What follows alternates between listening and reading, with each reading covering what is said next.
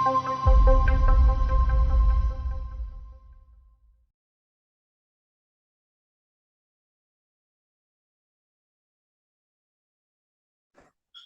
वालेकुम। Okay.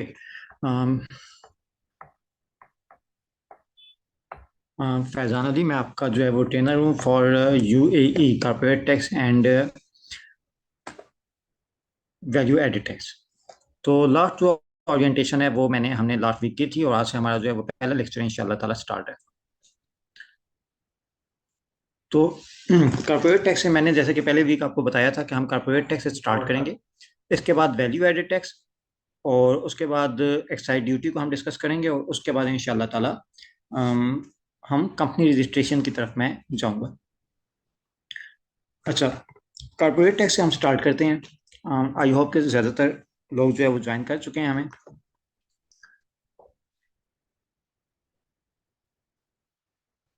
Okay. अच्छा,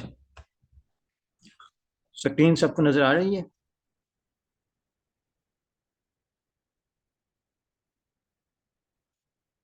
जी sir, नजर आ रही ओके, स्क्रीन नज़र आ रही है, ठीक है, ओके। अच्छा, सबसे पहले मैं जो है वो स्टार्ट करता हूँ फ्रॉम कॉर्पोरेट टैक्स। होपफुली ज़्यादातर इधर जो है वो हमारे यहाँ जो मेरे स्टूडेंट्स हैं उसमें ज़्यादातर अकाउंटेंट्स हैं।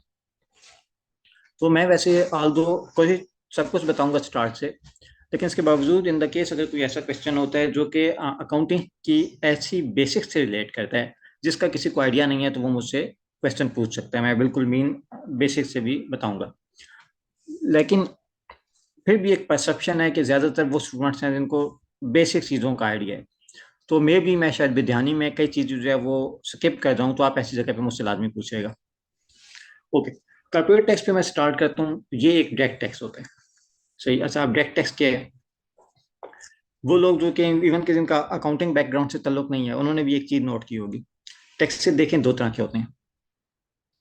आप अक्सर जो पाकिस्तान में रहते हैं, अक्सर ऐसे होता है कि आप पत्ती का डब्बा लेने जाते हैं, तो वहां पे लिखा आता है 100 रुपए इसकी कीमत है, प्लस 17% जीएसटी है।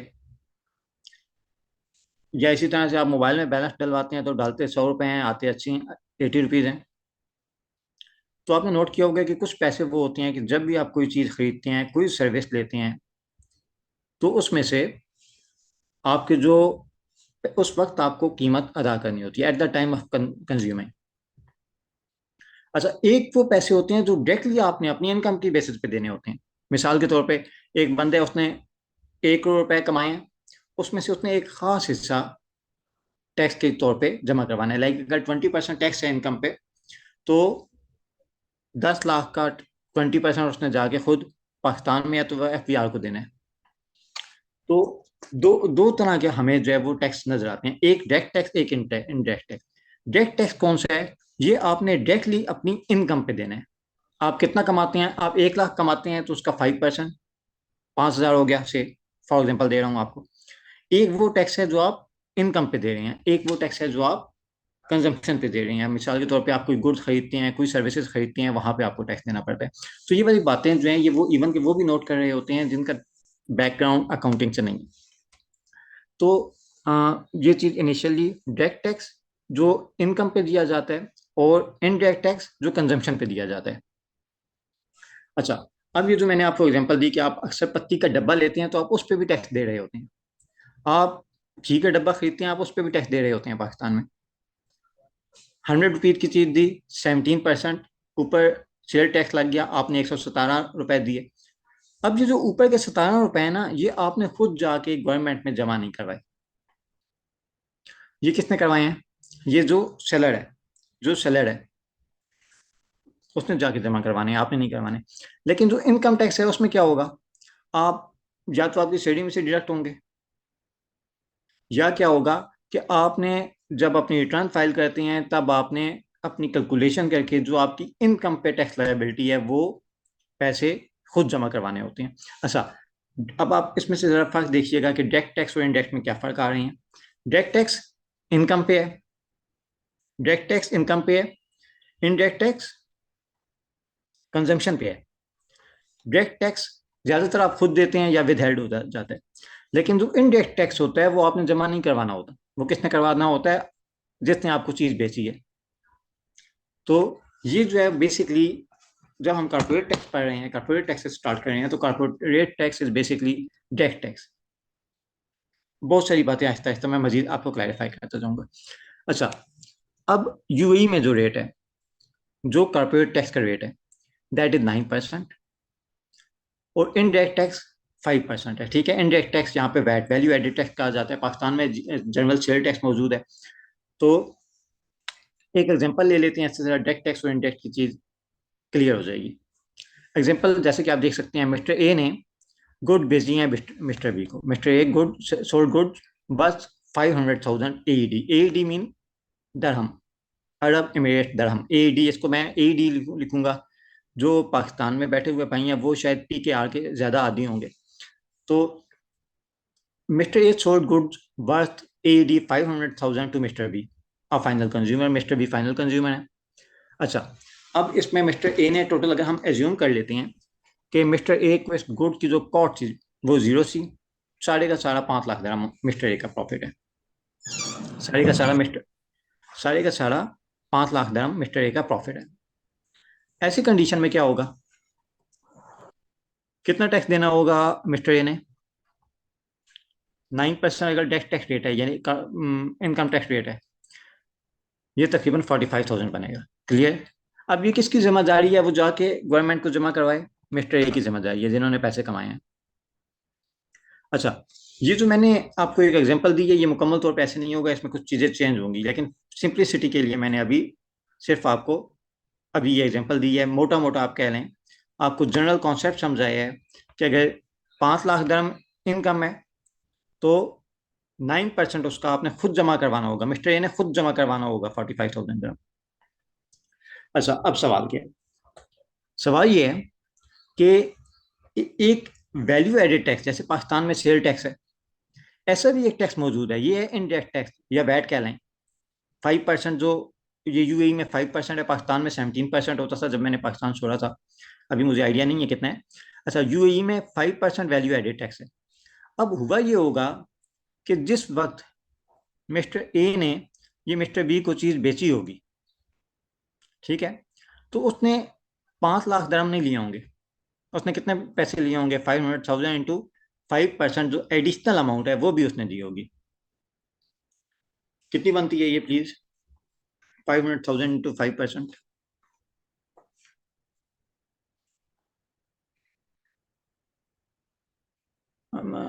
स्लाइड में शेयर कर दूंगा, मुझे सिर्फ इस वक्त आप ये बताएं, अभी जो आप मैं पढ़ा रहा हूँ ना, जो मैं बोल रहा हूँ, प्लीज इस पे फोकस करें।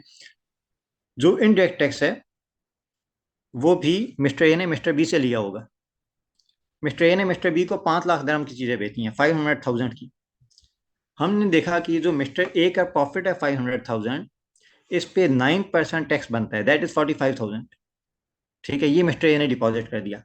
ये क्या है? डायरेक्ट टैक्स है। ये डायरेक्टली मिस्टर ए ने अपनी इनकम पे कैलकुलेट किया कि मैंने 5 लाख दरम कमाए हैं, 500,000 का 9% 45,000 बना। ये उसने खुद जाके एफटीए में जमा करवा दिया। अब एक इनडायरेक्ट टैक्स भी आता है, यानी मिस्टर ए ने जब मिस्टर बी को चीज बेची है, तो मिस्टर ए ने मिस्टर बी से 500,000 नहीं लिए होंगे, उसने इसके ऊपर भी पैसे लिए होंगे। ठीक है, कितने लिए हैं? 5,25,000 दरम। ठीक है, 500,000 गुड की कीमत थी, 25,000 ऊपर शेयर टैक्स बना, वैल्यू एडेड टैक्स बना। ठीक है, टोटल कितने लिए? 5,25,000। अब मिस्टर ए ने क्या किया होगा? मिस्टर ए ने ये 25,000 खुद एफटीए को जमा करवाए होंगे। एफटीए क्या है? पाकिस्तान में जैसे एफबीआर आप सुनते हैं, फेडरल बोर्ड ऑफ रेवेन्यू, यहाँ पे फेडरल टैक्स अथॉरिटी मौजूद है। यूएई में, दुबई में एफटीए मौजूद है, फेडरल टैक्स अथॉरिटी। तो मिस्टर ए ने क्या किया? मिस्टर बी से पैसे डिडक्ट किया। आप देखें, ये जो पहले वाली केस थी, डायरेक्ट, पहले वाला केस था डायरेक्ट टैक्स, इसमें आप एक बात पे फोकस करें कि 45,000 दरम पहले वाली एग्जांपल में से मिस्टर ए ने अपनी इनकम में से 45,000 दरम टैक्स दिए। लेकिन जब हम सेकंड में देखते हैं तो ये जो 25,000 दरम है ना, ये मिस्टर ए ने अपनी इनकम में से नहीं दिया। ये टैक्स एक्चुअली किसका है? ये मिस्टर बी का टैक्स है। ठीक है जावेद भाई, समझ आ रही है? 500,000 दरम में से ये जो 9% था, ये मिस्टर ए ने अपनी इनकम में से दिया, ठीक है, 45,000 दरम। लेकिन ये जो इनडायरेक्ट टैक्स है, वैल्यू एडेड टैक्स है, या पाकिस्तान में जैसे सेल टैक्स होता है, इसमें मिस्टर ए ने क्या किया कि मिस्टर बी से एडिशनल 25,000 दरम चार्ज कर लिए, 5,25,000 लिए। 25,000 खुद उसने एफटीए को जमा करवाया, पीछे कितना रह गया, 5 लाख। यानी उसके मिस्टर ए की सेहत पे इससे कोई फर्क नहीं पड़ा इनडायरेक्ट टैक्स से, उसने मिस्टर बी से लिया और खुद डिपॉजिट करवा दिया। ये फर्क होता है बेसिकली डायरेक्ट टैक्स में और इनडायरेक्ट टैक्स में। यानी जो इनकम टैक्स डायरेक्ट था वो मिस्टर ए ने खुद जमा करवाया एफटीए को, टैक्स अथॉरिटी को। अच्छा, लेकिन जो इनडायरेक्ट टैक्स है वो मिस्टर बी ने नहीं जमा करवाया, वो मिस्टर बी से मिस्टर ए ने कलेक्ट किया और जाके जमा करवाया। तो मिस्टर ए, ये जो डायरेक्ट टैक्स और इनडायरेक्ट का कॉन्सेप्ट है, ये होपफुली आपको क्लियर हो गया होगा। अच्छा, इसमें एक और चीज, जो डायरेक्ट टैक्स है, आप जितने ज्यादा कमाते हैं पैसे, आपको उतना ज्यादा देना पड़ता है। लेकिन ये जो इनडायरेक्ट टैक्स है, ये आप जितना ज्यादा कंज्यूम करते हैं उतना ज्यादा आपको देना पड़ता है। अच्छा, ये डायरेक्ट टैक्स एंड इनडायरेक्ट का जो टैक्स था, ये बड़ा बेसिक होगा उनके लिए जो अकाउंटिंग बैकग्राउंड से हैं, लेकिन बहरहाल मैंने आपको स्टार्ट से जो है वो कोशिश की है कि कोई ऐसी चीज ना रह जाए जो आपको ना समझ आए। तो कॉर्पोरेट टैक्स क्या है? That is direct tax. अच्छा, मैं ज़रा सी देर, चूंकि मुझे ऐसा लगता है कि मैं खुद सिर्फ तकरीर कर रहा हूँ, तो मैं प्लीज़ क्वेश्चन मेरे ख्याल से बीसी में ले लेता हूँ। 5 to 10 मिनट्स इधर तक अगर कोई क्वेश्चन है तो वो मुझसे प्लीज़ पूछ लें।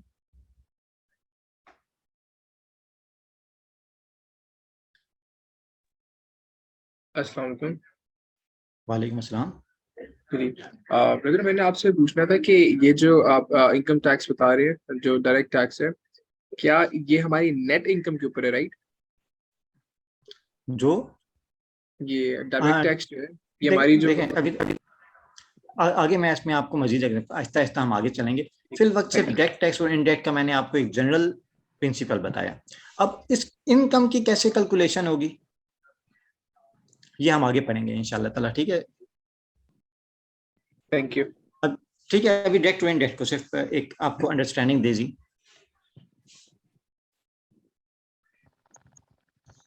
एनीवन एल्स है कोई? अस्सलाम वालेकुम सर। वालेकुम अस्सलाम। सर ये जो टैक्स हमने जो बैक टैक्स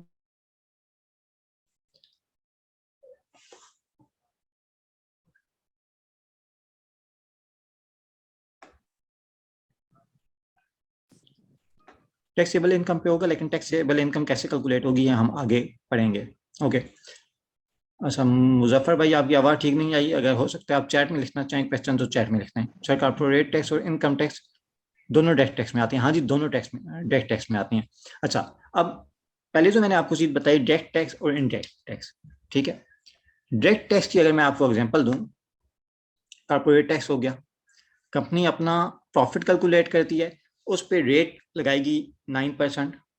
कितनी अमाउंट आई, ये उसका टैक्स है, इनकम पे है। इनकम टैक्स ज्यादातर पर्सनल इनकम टैक्स होता है, ये इंडिविजुअल पे होता है, कंपनी वगैरह के अलावा जो आम लोगों पे होता है उनकी इनकम पे होता है। That is known as income tax. वो भी डायरेक्ट टैक्स है, कॉर्पोरेट टैक्स भी डायरेक्ट टैक्स है, इनकम टैक्स भी डायरेक्ट टैक्स है। लेकिन sale tax, value added tax, ये जो कंजम्पशन पे होते हैं, दे आर इनडायरेक्ट टैक्स। सही। अच्छा, ये एक थोड़ा छोटा सा मैंने दिया कि ठीक है तो दोनों डायरेक्ट टैक्स, कॉर्पोरेट टैक्स भी डायरेक्ट टैक्स है, लेकिन इनकम टैक्स भी डायरेक्ट टैक्स है। तो इन दोनों में फिर क्या डिफरेंस है?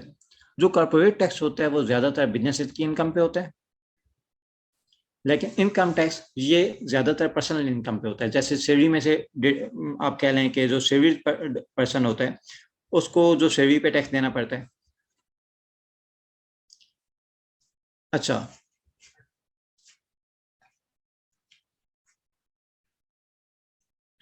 जो कॉर्पोरेट टैक्स होता है वो बेसिकली बिजनेसेस पे होता है। अच्छा, अब इधर मैं जो एक चीज बताना चाह रहा था, जो इनकम टैक्स है that is not in UAE, ठीक है, सिर्फ कॉर्पोरेट टैक्स है। कॉर्पोरेट टैक्स है और वैल्यू एडेड टैक्स है। लेकिन पर्सनल इनकम पे टैक्स, जैसे सैलरी में से डिडक्शन होती है, या सैलरी कुछ जगहों पे विदहेल्ड की जाती है, या आपने अगर कहीं से डिविडेंड लिया है, या आपने कोई पैसे इन्वेस्ट किए हुए किसी प्रॉपर्टी में और उस प्रॉपर्टी की प्राइस इंक्रीज हो गई है, इस तरह का आपको कोई भी टैक्स पर्सनल इनकम पे यूएई में नहीं देना होता। जब तक वो चीज बिजनेस की डेफिनेशन में नहीं आती, आपने यूएई में टैक्स नहीं देना होता। जो बिजनेस में आ जाती है उस पर कॉर्पोरेट टैक्स लग जाता है।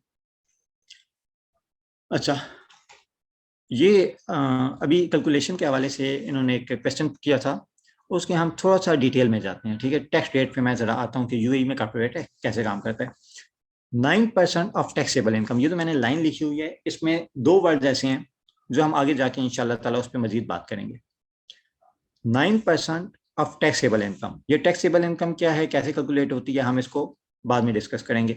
Of a taxable person, taxable person क्या है, इसको भी हम बाद में डिस्कस करेंगे। ठीक है, एक्सीडिंग 375,000 दिरहम। अच्छा, अभी मैंने जो आपको एक पहली एग्जांपल दी है,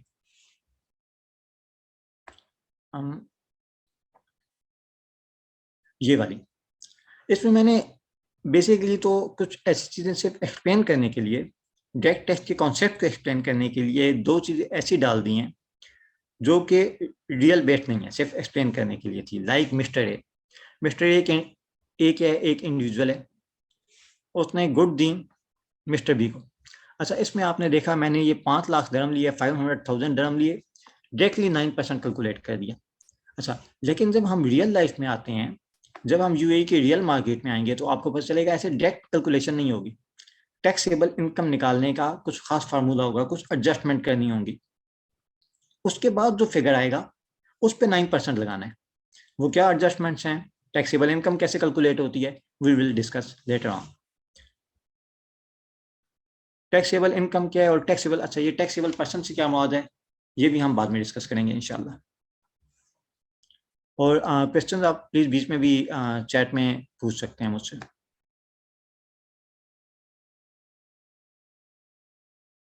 नहीं, यूएई में इनकम टैक्स का कॉन्सेप्ट अभी तक नहीं है, अभी तक यूएई में इनकम टैक्स नहीं है। वैट किसका टैक्स है, मिस्टर ए का या मिस्टर बी का? वैट बेसिकली देखें इसमें मिस्टर बी का टैक्स था। ठीक है, मिस्टर बी का टैक्स था। एक्चुअली होता ये है कि आप जैसे पाकिस्तान में होती हैं, आप से दूध का डब्बा लेते हैं, अब 100 रुपीज़ उसकी कीमत है, आपने कितने पैसे दिए, 117।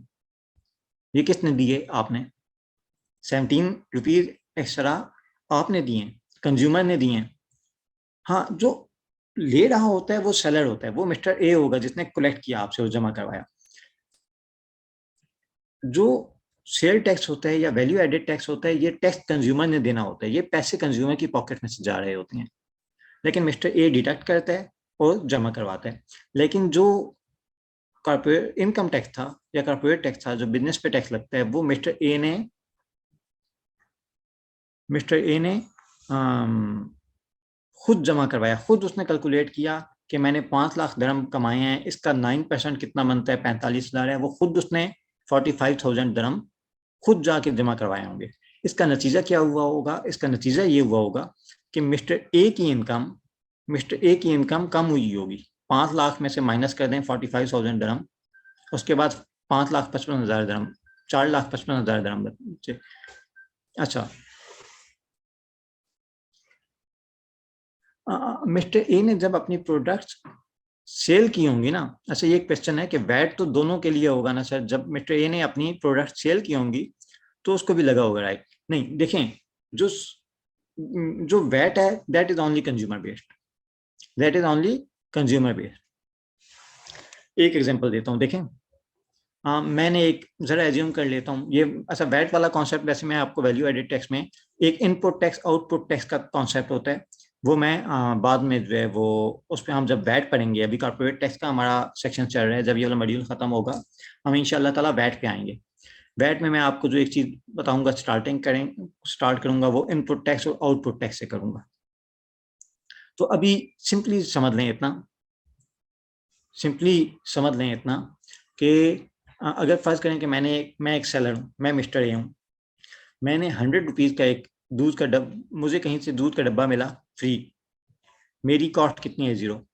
मैंने आपको बेच दिया 100 रुपीज़ का, लेकिन 17% टैक्स था। मैंने आपसे कितने लेने हैं? 117। आप अगर पाकिस्तान में रहते हैं, आपने देखा होगा दूध के डब्बे पे लिखा होता है 100 प्लस 17% सेल टैक्स GST, तो 117 लूंगा।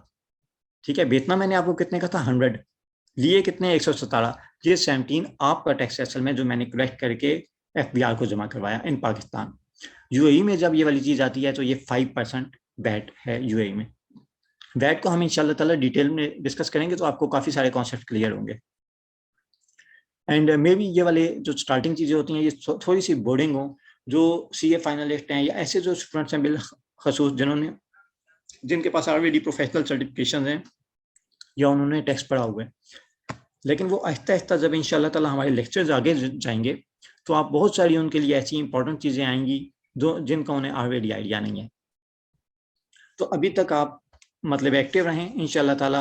ये जो इनिशियली चीज़ें जो आपको आती होती हैं ये थोड़ी सी बोरिंग लग रही होती हैं, लेकिन इंशाल्लाह ताला जैसे जैसे हम आगे जाएंगे तो इंशाल्लाह बहुत सारी चीज़ें उन्हें जो है वो नई UAE टैक्स के हवाले से सीखने को मिलेंगी। अच्छा, कुछ क्वेश्चन ऐसे हैं बीच में जो आपने चैट में पूछे हुए हैं, वो ऐसे हैं जो कि थोड़े से ऐसे हैं कि मैं अभी अगर उनको आंसर करूंगा तो शायद कंफ्यूजिंग हो जाएं। मिसाल के तौर पे ये क्वेश्चन है कि क्या ये UK बेस्ड है? हाँ, जो UAE का बेसिकली कॉर्पोरेट टैक्स वैट वगैरह है ये यूरोपियन लॉज की बेसिस पे बनाया गया। ओके, अच्छा, अभी ये हम वैट को आगे जाके डिटेल में पढ़ेंगे। अभी कॉर्पोरेट टैक्स आप देखेंगे डायरेक्ट टैक्स है, इनकम पे लगता है। Income tax is the direct tax. VAT, sale tax, these are all are indirect tax. अच्छा, how does corporate tax work? अच्छा, अब मैंने आपको पहले जो एक एग्जांपल दी थी मिस्टर ए की, उसमें मैंने क्या किया था? 500,000 दरम लिए, डायरेक्टली 9% लगाया। असल में ऐसे नहीं होता।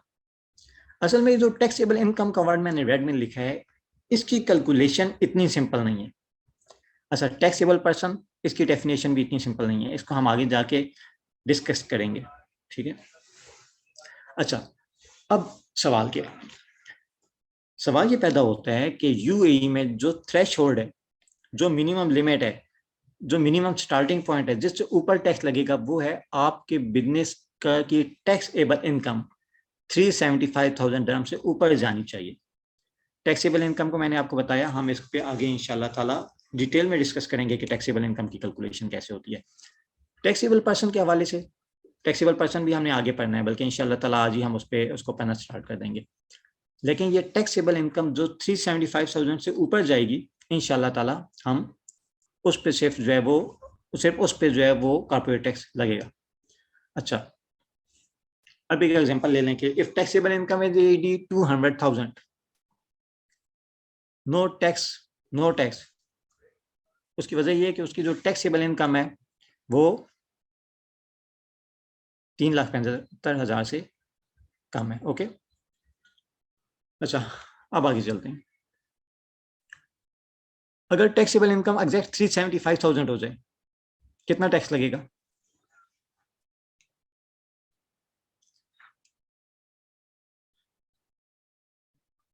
जीरो लगेगा। जीरो टैक्स लगेगा। ओके, जीरो टैक्स लगेगा। उसकी वजह यह है कि एक्सीडिंग 375,000 दिरहम।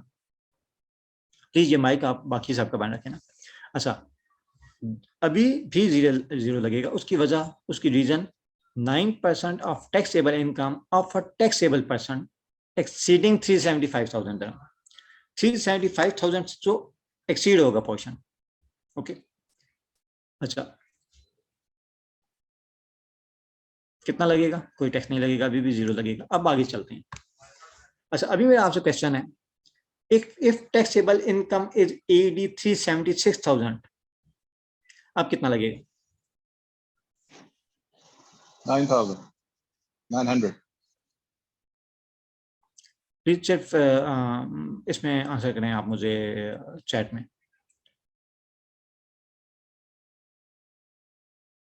ओके,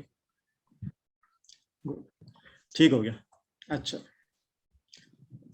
देखें 376,000 पे इसमें कई लोग मिस्टेक करते हैं कि मुकम्मल टैक्स लगा देते हैं कि जो ही 375,000 से ऊपर गया तो पूरे पे 9% लगा दिया। पूरे पे 9% नहीं लगाना, ठीक। क्योंकि एक्सीड किया 375,000 से सिर्फ 1%, तो आपको 90 दरम देने होंगे। ये जो ऊपर वाला AD या 1000, इस पे आपने इसका 9% आपने टैक्स लगाना होगा, दैट इज 90 दरम। ओके, क्लियर हो गया। अब अगर किसी बंदे की इनकम है से 1 मिलियन दरम, तो क्या होगा, 375,000 दरम तक 0%। अब 1 मिलियन दरम में से आप 375,000 माइनस करें, क्या आएगा पीछे, 625,000। इस 625,000 पे, इस पोर्शन पे आपने 9% लगाना है। क्लियर? ये टोटल टैक्स लायबिलिटी बनेगी 56,250। ओके, अच्छा, अभी जो यहाँ तक चीजें हैं, ये बड़ी सिंपल कैलकुलेशन लग रही है कि ठीक है 1 मिलियन दरम आपने लिया, 1 मिलियन दरम आपका प्रॉफिट था, इसमें से 375,000 दरम तक तो कोई टैक्स नहीं है। इससे ऊपर कितना बन रहा है, 625,000। ये 625,000 जो है, इस पे आपने सिंपली 9% लगा दिए। लेकिन अगेन ऐसे सिनेरियोज आएंगे, ऐसी पोजीशन आएंगी, ऐसी कंडीशन आएंगी, ऐसे सर्कमस्टांसेस आएंगे जिसमें ये वाली सिचुएशन एप्लीकेबल नहीं रहेगी। ठीक है, मिसाल के तौर पे मैंने इस वक्त अगर बताऊं कि मैंने कॉर्पोरेट टैक्स में 4 ऐसी जगह आइडेंटिफाई की हैं कि उसमें ये वाली condition as it is applicable नहीं रहती। हम उस पर डिटेल में जाएंगे आहिस्ता आहिस्ता। मिसाल के तौर पर एक चीज आपके सामने रख रहा हूँ, qualifying income of a qualifying free zone person. अब डेफिनेटली क्वालिफाइंग इनकम क्या होती है, ये भी अभी तक मैंने नहीं बताया, ये हम आगे जाएंगे इंशाल्लाह ताला, एडवांस टॉपिक्स हैं। Of a qualifying free zone person, qualifying free zone person क्या होता है, ये अभी आपको नहीं बताया। So qualifying income of a qualifying free zone person will be tax at 0%। Non qualifying income of a qualifying free zone person will be taxed at 9% even if it is less than AD 375,000। अब आपको नहीं पता कि qualifying income क्या है, ठीक है, इसको हम बाद में डिस्कस करेंगे। क्वालिफाइंग फ्री जोन पर्सन को हमने बाद में डिस्कस करना है। नेचुरल पर्सन, अच्छा, नेचुरल पर्सन कॉर्पोरेट टैक्स सिर्फ उस वक्त उस पर लगेगा जब उसका रेवेन्यू 1 मिलियन दरम से एक्सीड करे। अच्छा, इस पॉइंट पे, इस वाले पॉइंट पे भी हम बाद में आते हैं कि ये नेचुरल पर्सन क्या है, क्योंकि नेचुरल पर्सन और जुरिडिकल पर्सन का कॉन्सेप्ट जो है वो बहुत सारे स्टूडेंट्स में नहीं होगा इंशाल्लाह ताला। अच्छा, इसी तरह से एग्जाम्प्ट पर्सन, एग्जाम्प्ट जिनको अस्तना हासिल होता है, तो कई ऐसे भी लोग होंगे जो एग्जाम्प्ट होंगे इनकम कॉर्पोरेट टैक्स देने से। सही, इन सब चीज़ों को हम इंशाल्लाह ताला आगे डिस्कस करेंगे। अच्छा, अभी मैंने आपको 4 एक्सेप्शन बताई हैं, इनको अभी तक ऐसे ही आपके लिए रख दिया। अच्छा,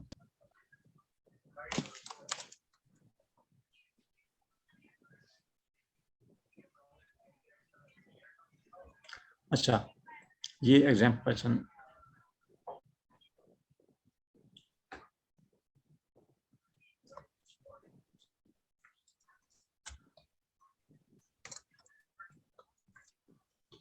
अच्छा, ये 4 कंडीशन मैंने आपको बताई हैं। क्वालिफाइंग फ्री जोन पर्सन के केस में 2 कंडीशन हो गई कि उसकी क्वालिफाइंग इनकम है तो वो 0% होगी, नॉन क्वालिफाइंग इनकम है तो वो 375,000 से कम भी है तो 9% उस पर टैक्स लगेगा। नेचुरल पर्सन के केस में जब तक उसका रेवेन्यू 1 मिलियन दरम तक नहीं पहुंचता, उसको रजिस्टर ही करवाने की जरूरत नहीं है। लेकिन ये वाला जो एक्सेप्शन का कॉन्सेप्ट है, स्टिल ये हम आगे जाके डिस्कस करेंगे। लेकिन फिलहाल सबको बताने का मकसद सिर्फ ये है कि यहाँ पे इतनी सिंपल कैलकुलेशन नहीं है कॉर्पोरेट टैक्स की। ठीक है, इसके आगे इसमें बहुत सारी कॉम्प्लेक्सिटीज इन्वॉल्व होंगी इंशाल्लाह ताला। ओके, अच्छा, इधर तक किसी का कोई क्वेश्चन है, कोई अगर कहना चाहे? अस्सलाम अमीन, अस्सलाम अमीन। अस्सलाम वालेकुम। वालेकुम अस्सलाम। सॉरी सर, एक तो मैंने लेट ज्वाइन किया है क्योंकि मैं यूएई में होता हूँ, तो इसलिए मुझे थोड़ा सा पहले से पीछे से नहीं पता, इसलिए मैंने ये जो अभी आपने स्लाइड चेंज की है इससे क्वेश्चन करूंगा। ये ठीक है, जो जरा बैक 25 पे जरा जाएंगे थोड़ा सा, स्लाइड पिछली स्लाइड पे, ताकि मैं इसको अच्छे से एक्सप्लेन कर सकूं मेरे क्वेश्चन को। जी एग्जैक्टली, थैंक यू सर। ये जो फर्स्ट में आप लोग बता रहे हैं qualifying person free zone, qualifying free zone person का टैक्स सर, इसमें 2 सिचुएशन बताई गई हैं। एक qualifying income of a qualifying free zone person, नीचे आ रहा है नॉन क्वालिफाइंग। सर ये एक ही चीज नहीं बनती, या इसमें जो 37,500 3, ये अमाउंट जो भी है अमाउंट आए इसके ऊपर 9% लगेगा, या इससे एक कम भी सेकंड लग सकता है इसके ऊपर? एक सेकंड अरसान, देखें ये मैंने जो एक्सेप्शन शेयर किए हैं इनको सिर्फ आप अभी तक देख लें, ठीक है।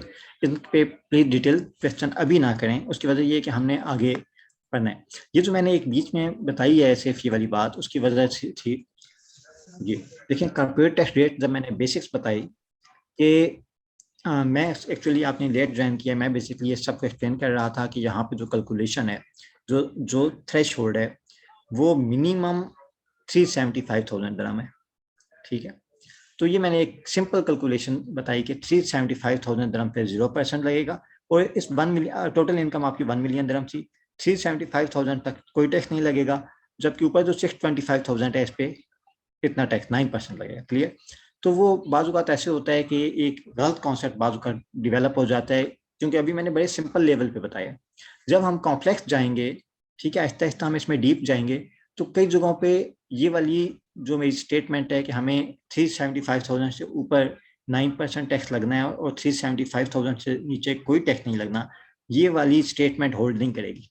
तो मैंने इसलिए उन चीज़ों का थोड़ा सा आपको एक ग्लिम्स दे दिया है कि कहाँ कहाँ पे मेरी ये स्टेटमेंट होल्ड नहीं करेगी। अभी जाहिर बात है यहाँ पे जो बहुत सारे स्टूडेंट्स हैं उनको क्वालिफाइंग इनकम का आइडिया नहीं है, क्वालिफाइंग फीस ऑन पर्सन का आइडिया नहीं है, नेचुरल पर्सन कौन सा होगा और एग्जाम्प्ट पर्सन कौन से होंगे, ये हम आगे पढ़ते हैं, ठीक है। इनको सिर्फ आपको एक दफ़ा दिखा दिया कि आगे कुछ एक्सेप्शन आनी है, वी विल डिस्कस देम, ठीक है।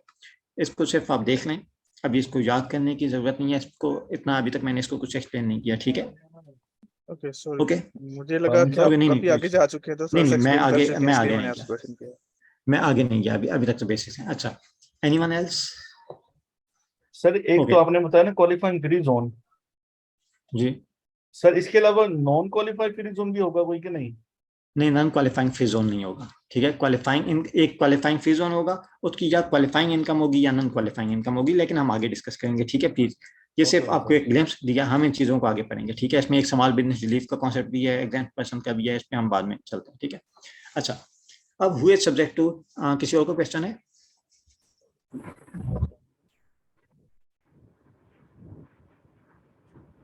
वालेकुम सर। वालेकुम अस्सलाम जी, अहमद, कैसे ठीक है अल्हम्दुलिल्लाह। सर? मैंने आपको देखा है तो मतलब ठीक है, बिल्कुल आप स्टेप बाय समझा रहे हैं। मुझे सर छोटा सा क्वेश्चन ये है कि इसकी हम प्रैक्टिस भी होगी, वो प्रैक्टिस केस स्टडीज भी होंगी, तो मुझे की बात देखिए चंद एक तो हम करेंगे इंशाल्लाह ताला डेफिनेटली, ठीक है। थोड़ा सा मैं आपको वो भी दे दूंगा कि यहाँ पे बैच का जो इंटरफेस है वो भी दिखा दूंगा कि यहाँ पे रिटर्न वगैरह कैसे फाइल होती है या रजिस्ट्रेशन कैसे होती है, तो वो तमाम चीज़ें मैं थोड़ी सी प्रैक्टिकल दिखा दूंगा, ऑल गुड, थैंक यू। ठीक है। ओके, अच्छा, सर मेरा एनीवन क्वेश्चन एल्स? था, जी मैं जी हाल जी। बात कर रहा हूँ। मेरा क्वेश्चन ये था कि आई नो के एमिरेट्स के अपने अपने लेवल पे भी कुछ लॉ हैं जिसके तहत बैंक्स और दूसरी कंपनीज टैक्स वगैरह पे कर रही होती हैं। तो ये कॉर्पोरेट टैक्स आने के बाद जो कि पूरी दुबई लेवल पे आएगा, तो वो क्या जो अभी एग्जिस्टिंग एमिरेट्स लेवल के टैक्स हैं वो स्टॉप हो जाएंगे, सिर्फ ये एप्लीकेबल होगा, या इन एडिशन टू दैट ये एप्लीकेबल होगा? अच्छा, ये वाला जो क्वेश्चन है, ये जो बहुत सारी क्लास के मेंबर्स हैं उनको मे भी ये वाली चीज़ ना समझ आए। मैंने आपको जैसे बताया था कि यूएई के 7 स्टेट्स हैं, ये 7 स्टेट का इत्तेहाद है। इसमें दुबई है, शारजा है, अबू धाबी है, अजमान है, रासुल खैमा है, फुजैर है एंड उमुल कैन है। तो इसमें से दुबई, शारजा और अबू धाबी के तो नाम आप सबने सुने होंगे। अच्छा, ये जो इमीरेट लेवल पे भी ना कुछ चीज़ों पे टैक्स लगता है। मिसाल के तौर पे जो एक्सट्रैक्टिव आइटम्स होते हैं, नेचुरल रिसोर्सेज होते हैं, वो टैक्स चलेगा अपनी जगह पे, जो इमीरेट लेवल टैक्स है वो चलेगा। ये कॉर्पोरेट टैक्स उसको रिप्लेस नहीं कर रहा। सर अज्यूम करें अगर बैंक एमिरेट्स लेवल पे 20% ऑलरेडी अभी दे रहा है, तो वो 9% अगर 375 की क्वालिफाइंग इनकम से ऊपर जाता है तो वो 9% भी देगा, और जो पहले 20% दे रहा था वो भी देगा? हाँ जी, लेकिन मैंने अगेन कहा ना कि ये थोड़ी सी कॉम्प्लेक्स हो जाएंगी चीज़ें, अभी काफ़ी सारों को नहीं आएंगी, लेकिन दोनों होगा। अगर मैं आपको सिंपली बता दूं, इमीडिएट लेवल साथ चलेगा टैक्स और कॉर्पोरेट टैक्स साथ चलेगा। हाँ, कई जगहों पे एग्जेम्पशन दी गई है, मिसाल के तौर पे नेचुरल रिसोर्सेज के केस में अगर जहाँ पे इमीडिएट टैक्स लगेगा उसमें स्पेसिफिकली कॉर्पोरेट टैक्स लॉ में मेंशन है कि अगर आप इमीडिएट लेवल का टैक्स इस पे एप्लीकेबल है तो then there will be no corporate tax, exemption होगी स्पेसिफिकली, ठीक है। उसकी आगे बाकी भी टर्म्स एंड कंडीशन मौजूद हैं। सही है, यानी सर अगर बैंक्स के लिए बात करूँ तो दोनों टैक्स लग रहे होंगे? दोनों लगेंगे, ठीक है। लेकिन मैं स्टेप बाई स्टेप लेके चल रहा हूँ प्लीज, ठीक है। ठीक है सर। अच्छा, मैं अगेन रिक्वेस्ट करूंगा, अगर आपके क्वेश्चन हैं तो अभी तक कम से कम जो इवन के जिनको यहाँ के टैक्स का ऑलरेडी आइडिया मौजूद है, वो भी थोड़ा सा सब्र करें, थोड़ी सी आप जो है वो थोड़ा सा हौसला रखें। इंशाल्लाह ताला हम आहिस्ता आहिस्ता चीज़ें जो है वो मूव करेंगी तो हम कॉम्प्लेक्स चीज़ों में भी जाएंगे। लेकिन अभी तक जो मैंने एक्सप्लेन की हैं चीज़ें, इधर तक अगर किसी का कोई क्वेश्चन है तो प्लीज़ बताएं। Okay, not continue. ओके, अच्छा, अब दो तरह के पर्सन होते हैं टैक्सेबल पर्सन। किसी का क्वेश्चन? ओके, दो तरह के पर्सन होते हैं। ओके अनस, अच्छा मैं प्लीज अगेन रिक्वेस्ट करूंगा कि प्लीज चीज़ों को अभी तक सिंपल रखें जहां तक मैंने एक्सप्लेन किया। Okay, person subject to corporate tax. अच्छा, अब किस किस पे टैक्स लगेगा? जिन पे टैक्स लगता है उन्हें हम कहते हैं टैक्सेबल पर्सन, ठीक है। और दो तरह के टैक्सेबल पर्सन होते हैं, या वो रेजिडेंट होगा या वो नॉन रेजिडेंट पर्सन होगा। इस रेजिडेंट पर्सन का ताल्लुक प्लेस ऑफ रेजिडेंस से बिल्कुल भी नहीं है। और ये पूरी दुनिया में जो टैक्स लाज होते हैं, एक टैक्स रेजिडेंसी का वर्ड आप अक्सर सुनेंगे, ठीक है। फलां यूएई का टैक्स रेजिडेंट है, फलां यूके का टैक्स रेजिडेंट है। तो ये टैक्स रेजिडेंसी का कॉन्सेप्ट है, ये पूरी दुनिया में होता है।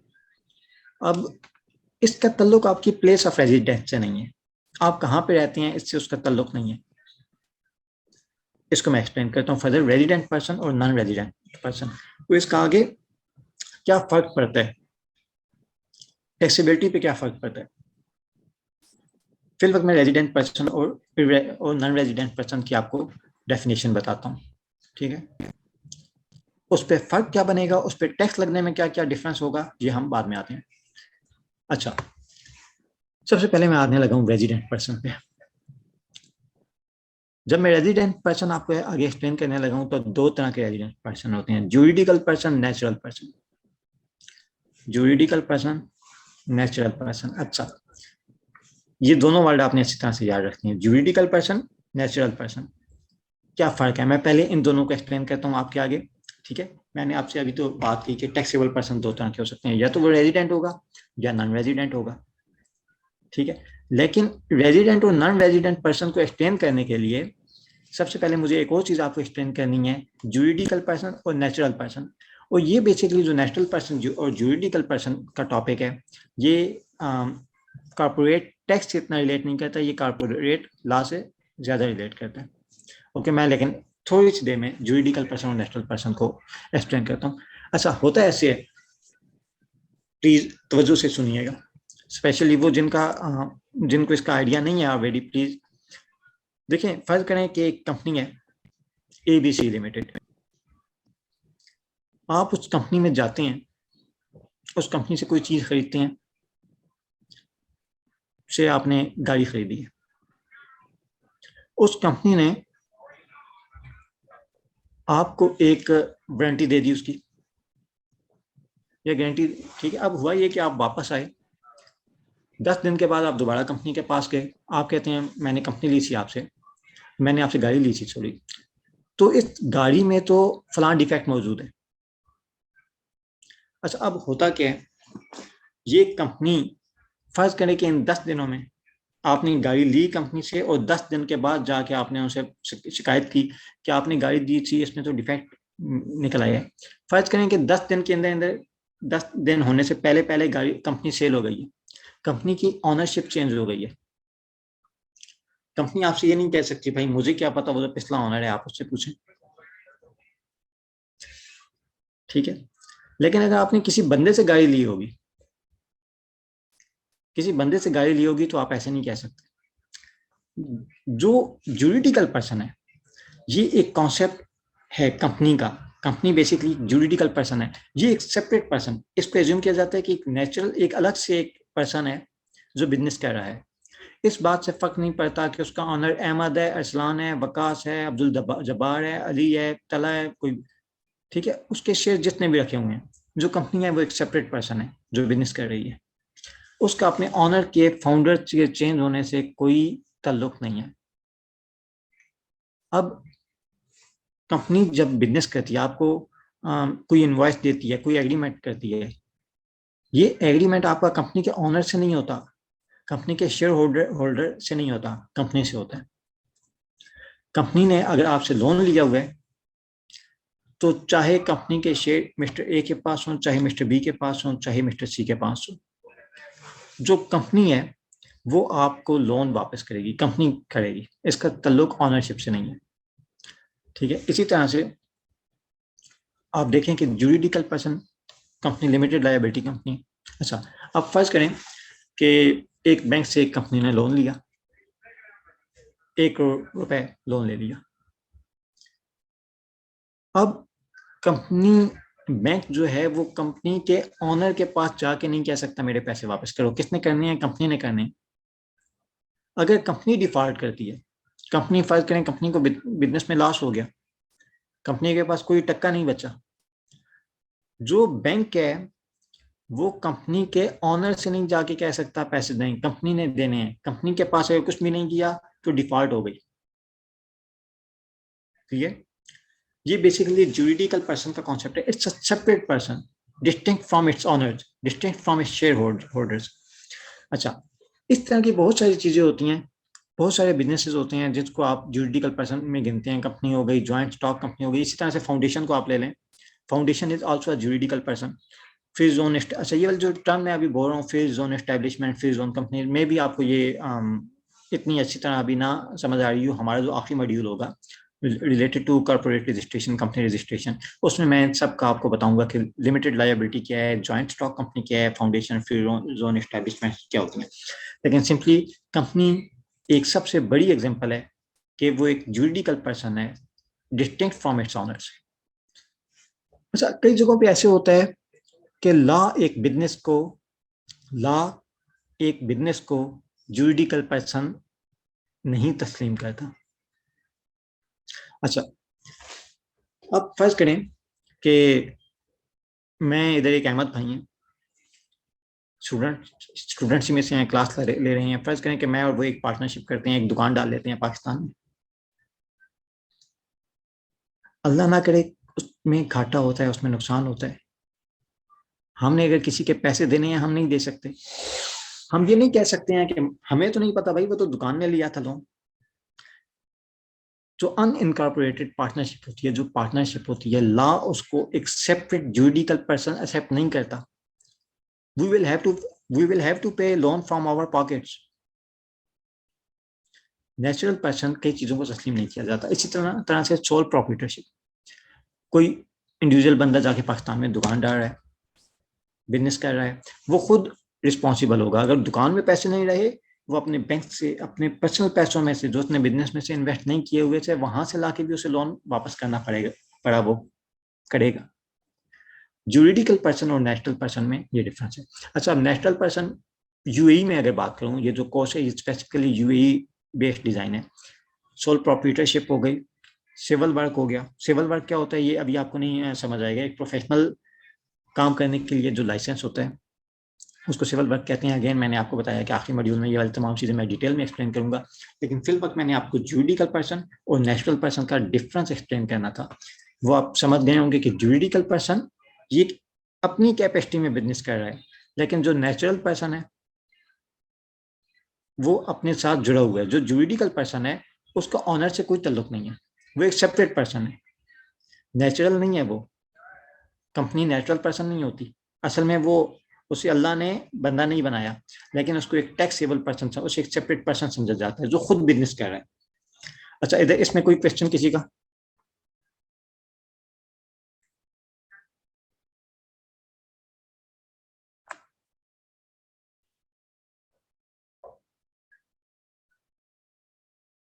नहीं, इट्स अ पर्सन, इसको पर्सन तस्लीम किया जाता है। जो इस तरह की एंटिटीज होती है ना, एग्जीबिशन हब, ये प्लीज आप अपना नाम लिखा करें ना, ताकि मुझे जो है वो एड्रेस करने में आसानी हो।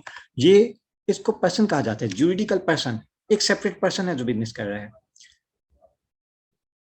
ठीक है, इवन लॉ में भी आपको ये पर्सन की टर्म मिलेगी। जो कंपनी होती है उसे एक टैक्सेबल, जो टैक्स के लिए लायबल होती है, उसे टैक्सेबल पर्सन कहा जाता है। Any question? Association of person की कोई मतलब सेपरेट एंटिटी नहीं है, मतलब उसे भी हम नेचुरल पर्सन ही कहेंगे?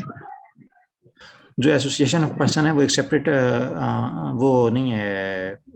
उसमें जितने भी देखें एसोसिएशन ऑफ पर्सन में बेसिकली तो ये पाकिस्तान में ज़्यादातर टर्म यूज़ होती है, यहाँ पे पार्टनरशिप भी कह लें।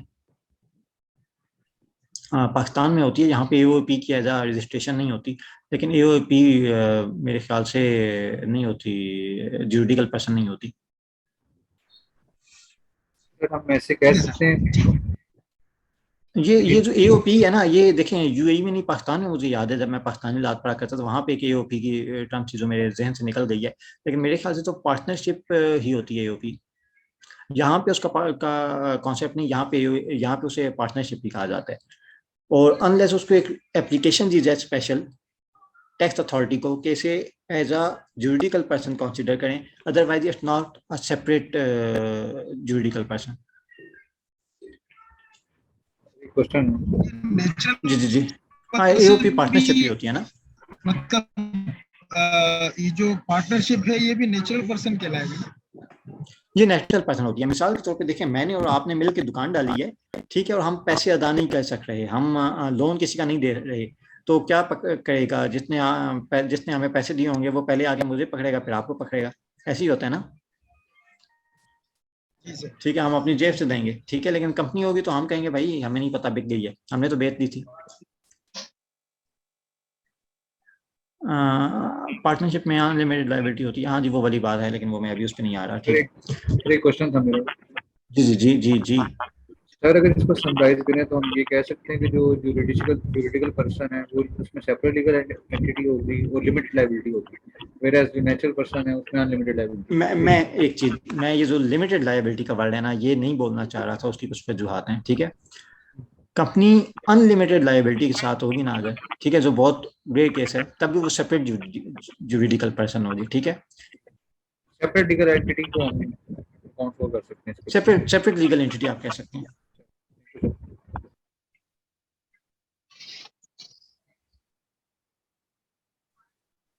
Any question? Okay okay.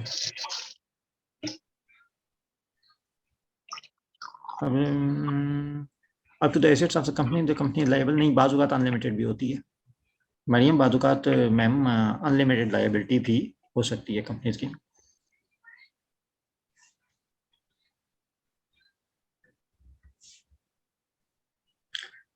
कोई क्वेश्चन?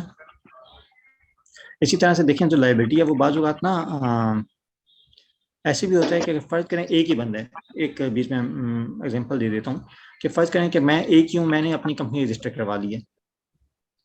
होता यह है कि मैं अपने बैंक का, मेरे माइंड में ये है कि मैं क्या करूँगा, मैं बैंक के पास जाऊँगा और अपनी कंपनी के नाम पे लोन ले लूँगा, ठीक है। तो अब कंपनी जो है वो भी, सॉरी जो बैंक होता है वो भी इतना सादा नहीं होता, उनको आइडिया होता है इन चीज़ों का। वो नॉर्मली कहते हैं ठीक है फैजान साहब आप लोन ले रहे हैं, आपकी कंपनी लोन ले रही है, आप इसके सोल ऑनर हैं, आप पर्सनल गारंटी दें, ठीक है। ऐसी कंडीशन में मेरी कंपनी फिर भी एक सेपरेट जुरिडिकल पर्सन है, मैं एक अलग पर्सन हूँ, मैं उसकी गारंटी दे रहा हूँ, एक पर्सन दूसरी पर्सन की गारंटी दे रहा है, ओके। अच्छा, नेचुरल पर्सन और जुरिडिकल पर्सन वाला कॉन्सेप्ट क्लियर हो गया? ये प्लीज मुझसे जो क्वेश्चन करते हैं आप स्लाइड में, ये जो चैट बॉक्स में, ये सिर्फ प्लीज रखा करें टॉपिक से रिलेटेड, और रिकॉर्डिंग की बात, स्लाइड शेयर करने की बात ये आप इंस्टीट्यूट से करें, ठीक है। वैसे क्लास के बीच में मैं डिस्टर्ब होता हूँ। अच्छा, अब मैं अगेन वापस आ गया हूँ। मैंने जैसे कि बात की, मैं सबसे पहले जो मैं नेचुरल पर्सन और जुरिडिकल पर्सन में घुसा था, वो मैं घुसा था इस वजह से कि मैंने आपको रेजिडेंट पर्सन और नॉन रेजिडेंट पर्सन के बारे में बता रहा था कि टैक्सेबल पर्सन दो तरह के हो सकते हैं, या रेजिडेंट होंगे या नॉन रेजिडेंट होंगे। अच्छा, अब जो रेजिडेंट पर्सन होगा, अब उसमें मैंने फर्दर आपको दो चीजें एक्सप्लेन करनी थी, ठीक है, कि जुरिडिकल पर्सन भी हो सकता है रेजिडेंट पर्सन, और एक नेचुरल पर्सन भी हो सकता है। अब जुरिडिकल पर्सन दो कंडीशन में रेजिडेंट पर्सन होगा यूएई का, ये तो सब मैं आपको यूएई के क्लास के हवाले से पढ़ा रहा हूँ। पहली चीज, अगर वो यूएई में रजिस्ट्रेशन हुई है कंपनी की, यूएई में यहाँ पे रजिस्टर्ड है, यहाँ पे उसकी इनकॉर्पोरेशन हुई है, then it will be a resident person, ठीक है, without any terms and condition. अच्छा, सेकंड, एक केस हो सकता है कि कंपनी की रजिस्ट्रेशन यूएई में नहीं हुई, फॉरेन कंपनी है, लेकिन इफेक्टिवली मैनेज एंड कंट्रोल उसका जो कंट्रोल एंड मैनेजमेंट है वो यूएई में है। If it is effectively manage and control from UAE. अच्छा, इस इफेक्टिवली मैनेज एंड कंट्रोल का क्या मतलब है, इस पे हम डिटेल में जाते हैं, ठीक है।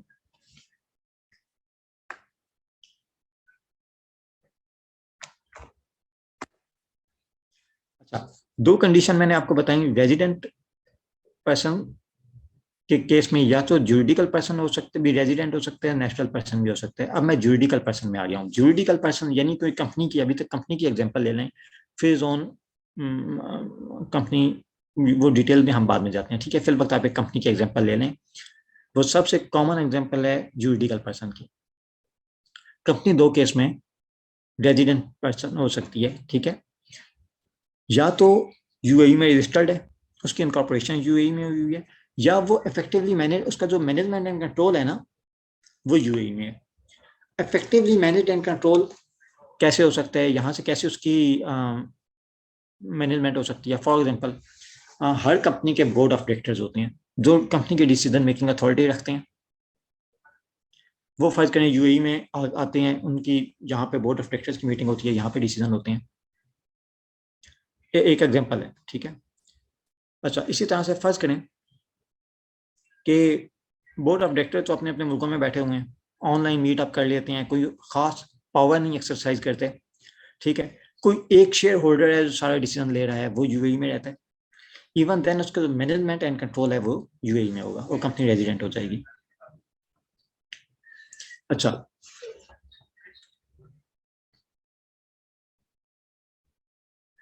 आईसीसी अच्छा, ये एक इन्होंने चैट में क्वेश्चन लिखा है मोहम्मद सईदुद्दीन ने, लाइक आईसीसी मीन व्हाट, हम यार प्लीज। अच्छा, देखें, अदर कंट्रीज आल्सो। अच्छा, ये पूरी दुनिया में आप जो है इवन के पाकिस्तानी ला पढ़ेंगे पाकिस्तान में, तो वहां पर भी ये चीज कॉमन है, लेकिन वहां पे डिफाइन हुई है इनकम टैक्स ऑर्डिनेंस में। पाकिस्तान में जो टैक्स रेजिडेंसी का कॉन्सेप्ट है, ये इनकम टैक्स लॉ में डिफाइन है। यूएई में इनकम टैक्स में नहीं है, यहाँ पे कारपोरेट टैक्स में डिफाइन है, ठीक है। अच्छा, इस तरह की टर्म, ये पूरी दुनिया में जो इफेक्टिव मैनेजमेंट एंड कंट्रोल का कॉन्सेप्ट है, ये मौजूद है। कई जगहों पे उसे सेंट्रल मैनेजमेंट एंड कंट्रोल कहा जाता है, कई जगहों पे प्लेस ऑफ इफेक्टिव मैनेजमेंट कहा जाता है, लेकिन ये पूरी दुनिया में मौजूद है। अच्छा, ये मैंने आपको जो बोर्ड ऑफ डायरेक्टर्स की एग्जांपल दी है, ये एक बड़ी कॉमन एग्जांपल है कि बोर्ड ऑफ डायरेक्टर्स की मीटिंग्स इधर हो रही हैं। इसका मतलब है कि स्ट्रेटेजिक डिसीजन उसके यहाँ पे बन रहे हैं। अच्छा, बोर्ड ऑफ डायरेक्टर्स का कॉन्सेप्ट तो होगा ना सबको। या इसी तरह से controlling share holder. Controlling mean, देखिए एक कंपनी में फर्ज करें कि एक बंदे उसने 80% शेयर रखे हुए हैं, मैंने 80% शेयर रखे हुए हैं एक कंपनी के, और बाकी जो 20% है वो मेरे जितने भी स्टूडेंट्स पाकिस्तान में बैठे हैं सबके पास है। अब 80% शेयर होल्डर जब भी होते हैं, जब भी कोई रेजोल्यूशन पास करनी होती है, तो वो हमेशा मेजॉरिटी की बेसिस पे होती है। लाइक ऑर्डिनरी रेजोल्यूशन 50% की बेसिस पे होती है, और स्पेशल रेजोल्यूशन 75% की। अगर आपके पास मेजॉरिटी मौजूद है तो वहाँ पे स्पेशल रेजोल्यूशन। लेकिन अगर मेरे पास 80% शेयर मौजूद है, इसका मतलब है कि मैं तमाम रेजोल्यूशन वगैरह पास करवा सकता हूँ। कंपनी के जो डिसीजन हैं वो मैं कर सकता हूँ, चाहे आप सब पाकिस्तान में बैठे हुए हैं, चाहे कंपनी की मैनेजमेंट पाकिस्तान में है, चाहे डायरेक्टर्स पाकिस्तान में है, लेकिन डिसीजन कौन कर रहा है वो मैं कर रहा हूँ। अच्छा, अगेन इसमें भी एक और कॉन्सेप्ट हो सकता है। फर्स्ट करें कि मेरे पास 80% शेयर मौजूद हैं, लेकिन मैं कंपनी के मामलात में दखल नहीं देता। अब कौन हो जाएगी कंपनी, कहाँ की रेजिडेंट होगी, पाकिस्तान की। यहाँ पे उसका कंट्रोल एंड मैनेजमेंट नहीं आया, यहाँ पे उसका इफेक्टिव मैनेजमेंट एंड कंट्रोल नहीं आया, क्योंकि मैं कंट्रोल प्रैक्टिस नहीं कर रहा। लेकिन अगर फर्ज करें, एक एग्जांपल देता हूँ कि मैं यूएई में बैठा हूँ, कंपनी पाकिस्तान में इनकॉर्पोरेटेड है, उसकी बोर्ड ऑफ डायरेक्टर्स की मीटिंग होती हैं, लेकिन वो मीटिंग्स सिर्फ आप कह लें कि फॉर्मेलिटी पूरी करती हैं, फैसला मैं करता हूँ। ऐसी कंडीशन में इफेक्टिव मैनेजमेंट एंड कंट्रोल कहाँ पे आ गया, इन यूएई। कंपनी क्या हो गई, यूएई की रेजिडेंट। तो अच्छा, लेकिन ये आपने तमाम फैक्ट्स और सर्कमस्टांसेस देखते हुए फैसला किया जाता है कि कंपनी का इफेक्टिव मैनेजमेंट एंड कंट्रोल कहाँ पे है। सही, एट अ टाइम एक जगह पे होगा। ऐसे नहीं हो सकता कि दो जगहों पे या दो मुल्कों में उसे कहा जाए at a time effective management and control सिर्फ एक जगह पे होता है। यहाँ पे अगर किसी ने कोई क्वेश्चन पूछना है तो प्लीज मुझसे पूछ ले।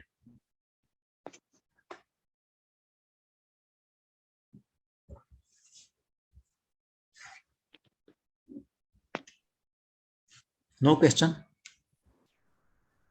सर इसमें जो लास्ट पॉइंट आपने लिखा है, it is not necessary for a juridical person to be resident, so एक सेकंड, जी ये नहीं, ये पता नहीं किस तरह से देखें।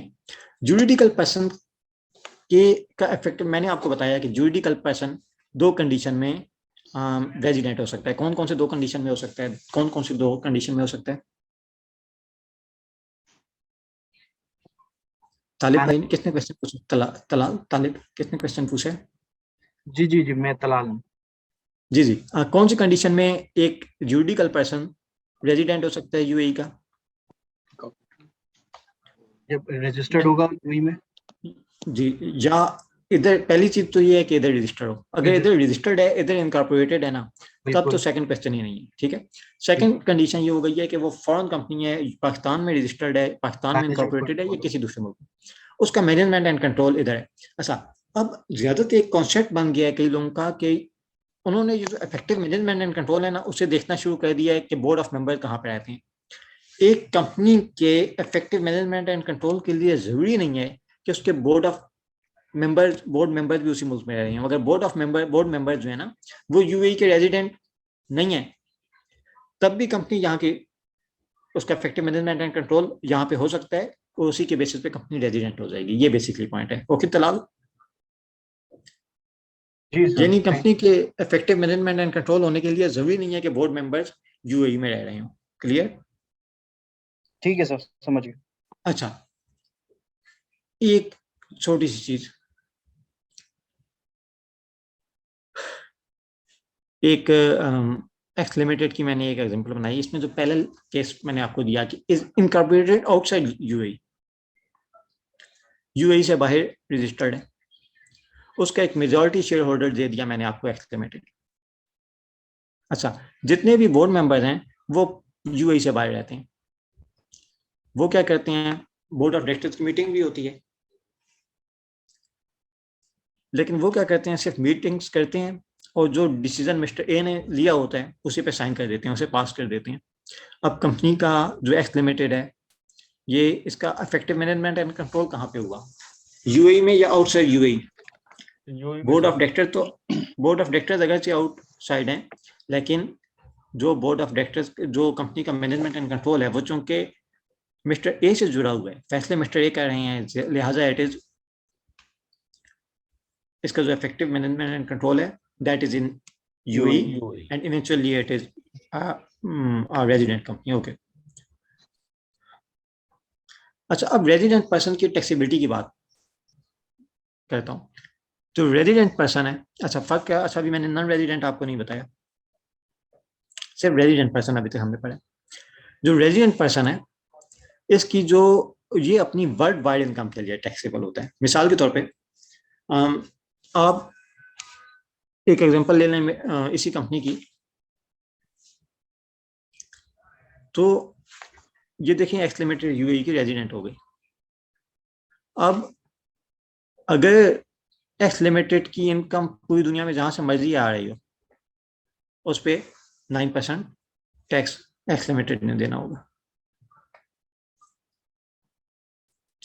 अच्छा, लेकिन अगर कंपनी नॉन रेजिडेंट होगी, वो सिर्फ अपनी जिस यूएई बेस्ड इनकम की वजह से जो यूएई से इनकम आ रही है उसके लिए टैक्सेबल होगी। अच्छा, इधर तक आज किसी का इधर कोई क्वेश्चन अभी तक?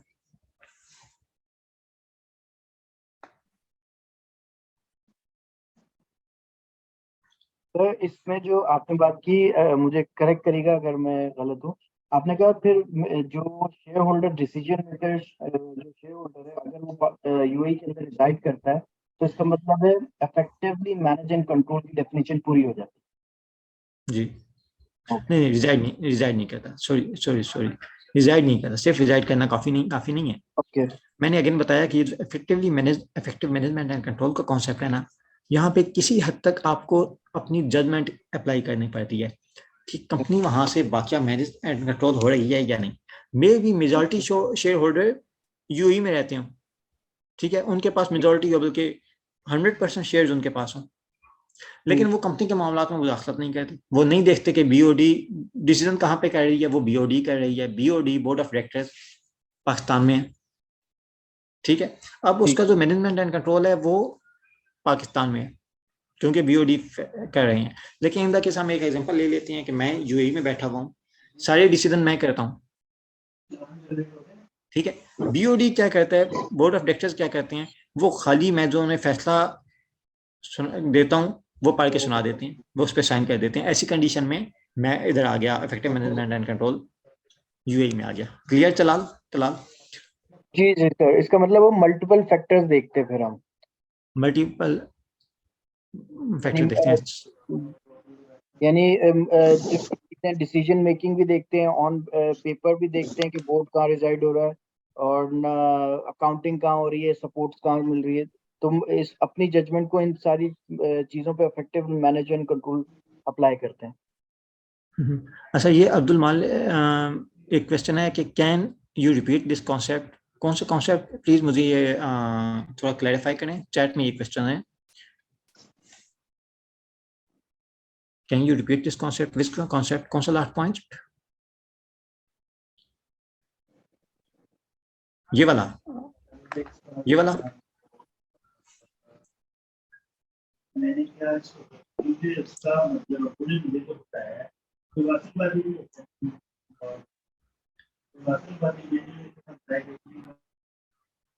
ओके, बेसिकली देखिए मैंने ये बताया, ये जो एक्स लिमिटेड है, ये इस केस में रेजिडेंट बन गया था, ठीक है। X limited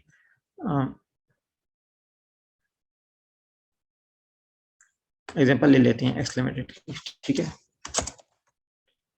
x limited case में क्या हो गई थी, रेजिडेंट। अब इसकी जो इनकम वर्ल्ड वाइड है,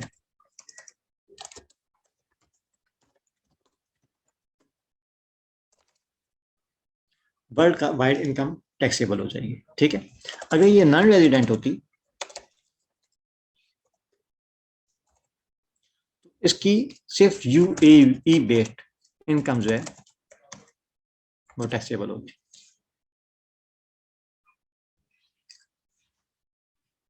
सही।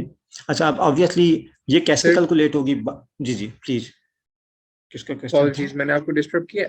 अब स्मॉल कंसर्न कि जैसे आपने भी बताया, अगर एक कंपनी है वो इनकॉर्पोरेट हुई है फॉर सपोज इंग्लैंड में, उसके मैनेजर्स भी और सारे बोर्ड ऑफ डायरेक्टर्स भी इंग्लैंड में, ठीक है। और उसके जो मेन मैनेजर्स हैं जो बिजनेस को कंट्रोल करते हैं वो दुबई में है, तो प्लीज पहले वाला प्लीज दोबारा पूछिएगा। जी, मैं इस चीज पे कंफ्यूज हूँ। इसके ऊपर लिखा होता है कि बिजनेस इनकॉर्पोरेट हुए यूएई से बाहर, ठीक है। तो अब वो बिजनेस इनकॉर्पोरेट हुए दुबई से बाहर, और उसके जो मेन पार्टनर्स है वो भी दुबई से बाहर है, तो ये रेजिडेंट किस तरह है? आप म्यूटेड है सर, आप सर फैजान। जी जी, मेरा आपने क्वेश्चन ये पूछा कि कंपनी यूएई से बाहर रजिस्टर्ड है, जी जी, और उसके सारे जो बोर्ड ऑफ डायरेक्टर्स हैं वो भी बाहर। जी आपने भी पिछले वाली स्लाइड में क्या लिखा था कि company is incorporated outside UAE, ऐसी था ना? ये वाली जी जी, एक्स लिमिटेड, देखिए मैंने इसमें एग्जांपल दी थी आपको कि मिस्टर ए, अच्छा एक्स लिमिटेड जो है वो यूएई से बाहर इनकॉर्पोरेटेड है। प्रॉब्लम ये है सिर्फ मिस्टर ए को मैं इधर एज्यूम कर रहा हूँ कि दैट इज। आप म्यूटेड है sir, you actually accidentally got it muted. Sir Fazan, you're muted. Sorry, okay mister A, ये जो मिस्टर ए है ना, ये यूएई बेस्ड है, ठीक है। मैं ये बात कर रहा हूँ, मिस्टर ए जो है he is in UAE, okay Zoheb. अब मिस्टर ए जो है वो यूएई में है, डिसीजन मेकिंग आप देखें किसके पास है, जो कंपनी है उसका मैनेजमेंट एंड कंट्रोल की तरह। एक्स लिमिटेड बिल्कुल आउटसाइड है इनकॉर्पोरेट, ठीक है। आप ले लें कि इंग्लैंड में है, इसके तमाम बोर्ड ऑफ मेंबर जो हैं, बोर्ड मेंबर्स हैं, वो भी यूके में बैठे हुए हैं।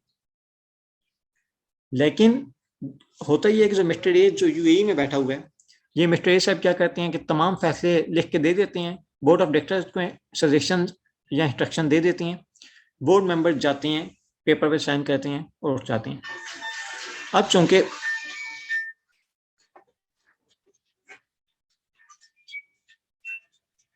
बाय जाके सुनना प्लीज। Okay, hello, sorry ज़ेब। अच्छा देखें, एक्स लिमिटेड जो है वो, हेलो, बिल्कुल आपकी आवाज आ रही है। ओके। अच्छा देखें, एक्स लिमिटेड जो है वो यूएई से बाहर इनकॉर्पोरेटेड है, लेकिन मिस्टर ए जो मेजॉरिटी शेयर होल्डर है, वो जो मेजॉरिटी शेयर होल्डर है जिसके पास 80% या 90% जो है वो है शेयर होल्डिंग है, वो यूएई में मौजूद है। एक मिनट प्लीज ज़ेब।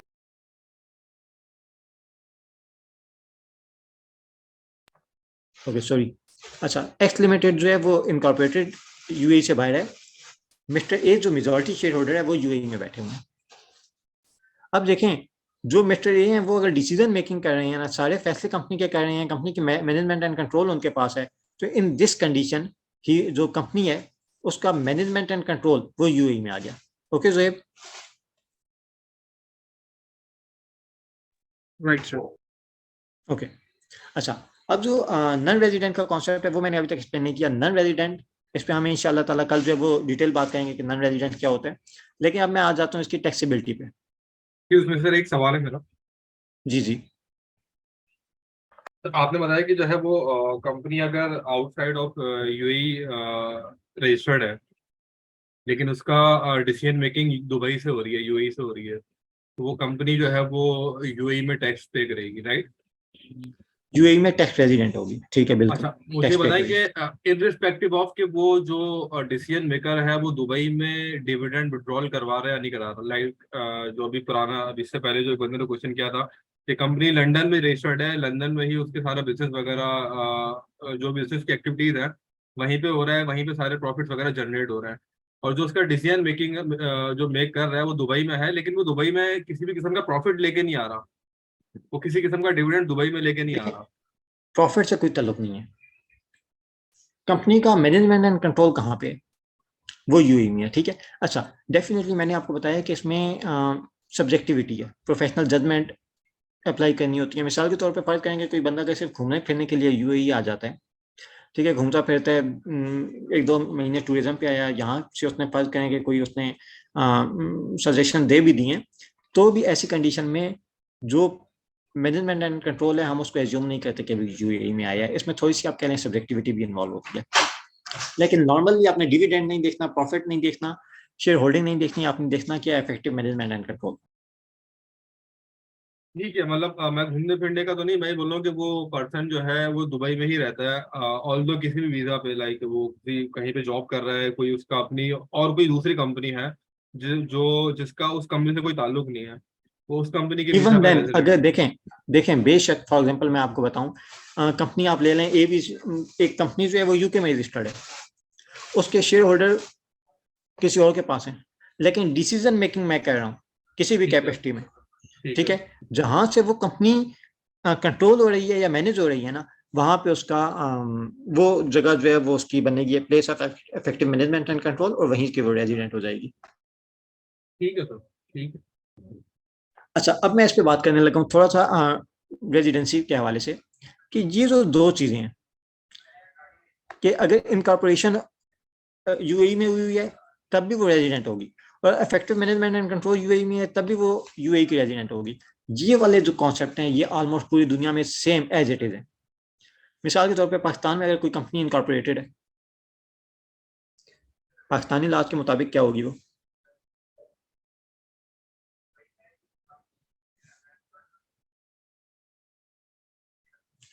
जिन्होंने पाकिस्तानी टैक्स पढ़ा होगा वो बता सकते हैं इसमें कि पाकिस्तान में भी अगर एक चीज इनकॉर्पोरेटेड है ना, एक कंपनी, तो पाकिस्तान में रेजिडेंट है। अच्छा, अब एक एग्जांपल जो मैं एक्सपेक्ट कर रहा था कि शायद कोई क्वेश्चन होता, लेकिन किसी ने पूछा नहीं, तो मुझे थोड़ी मायूसी भी। जी जी। सर एक क्वेश्चन है कि अगर कंपनी इनकॉर्पोरेट यूएई में है और उसका कंट्रोल कहीं बाहर है, तो फिर भी वो रेजिडेंट होगी? यूएई के लिहाज से जब आप यूएई में बैठ के देख रहे हैं ना, आपने ये दो चीजें देखनी है, ठीक है। If it is incorporated in UAE it is a resident person, ठीक है। अच्छा, अब क्वेश्चन मेरा ये है आपसे, क्या एक कंपनी दो जगहों पे रेजिडेंट हो सकती है इस डेफिनेशन के मुताबिक? और एज्यूम कर लें कि जी ऑलमोस्ट ये सर। वाले कॉन्सेप्ट देखें, ये बल्कि रियली पूरी दुनिया में ये वाले जो रेजिडेंट कंपनी रेजिडेंस के ये दो रूल जो है ना, ये ऑलमोस्ट कॉमन है कि या तो वो कंपनी उस मुल्क में इनकॉर्पोरेटेड हो, या उसका इफेक्टिव मैनेजमेंट एंड कंट्रोल उस मुल्क में मौजूद हो। ये ऑलमोस्ट पूरी दुनिया में कॉमन है। अब मेरा क्वेश्चन ये है कि क्या ये दो क्या ये क्या दो मुल्कों में at a time company resident हो सकती है? जी सर। सर इस ओके, कॉन्सेप्ट के तहत तो हो सकती है। सर हो इस सकती है, कॉन्सेप्ट के लेकिन तहत हो सकती आई गेस वी है। कैन अच्छा, अब इस डिक्लेयर क्वेश्चन, एरिया। अच्छा अब सर उससे बस चलते वो हैं। डबल टैक्सेशन रूल अप्लाई तो नहीं होगा? देखिए, अब थोड़ा सा स्टेप बाय स्टेप चलें ना, मैं उधर ही जा रहा हूँ, लेकिन थोड़ा सा रुकें, ठीक है? डबल टैक्सेशन रूल भी आता है, लेकिन उससे पहले एक टैक्स ट्रीटी नाम की भी चीज आती है, ठीक है? डबल टैक्सेशन रूल ही कह लें आप, कि उसमें भी मेंशन होता है कि पहले एक टैक्स ट्रीटी। अब होता क्या है, ये वाली बात जो है वो सब स्टूडेंट ने तवज्जो से सुननी है, ठीक है? देखें, अगर एक कंपनी है इनकॉर्पोरेट हुई है वो पाकिस्तान में, ठीक है? ज्यादातर चूंकि पाकिस्तानी है तो पाकिस्तान से है, तो मैंने इसकी एग्जांपल ले दी कि पाकिस्तान में कंपनी इनकॉर्पोरेट हुई है। अब उसका इफेक्टिव मैनेजमेंट एंड कंट्रोल किधर है? यूएई में। अच्छा, अब सवाल क्या है? सवाल ये है कि यूएई का लॉ ये कहता है कि जो रेजिडेंट कंपनी है that will be taxable for world wide income. Pakistani law कहता है कि रेजिडेंट कंपनी है taxable for world wide income. एक कंपनी दोनों जगहों पे रेजिडेंट है, ठीक है? इस कॉन्सेप्ट के मुताबिक दो जगहों पे वो रेजिडेंट बन रही है, राइट?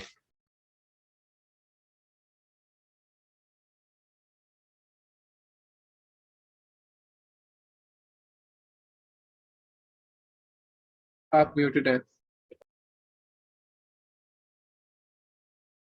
जी मैं म्यूटेड हूँ। असल में एक क्वेश्चन इन्होंने लिखा,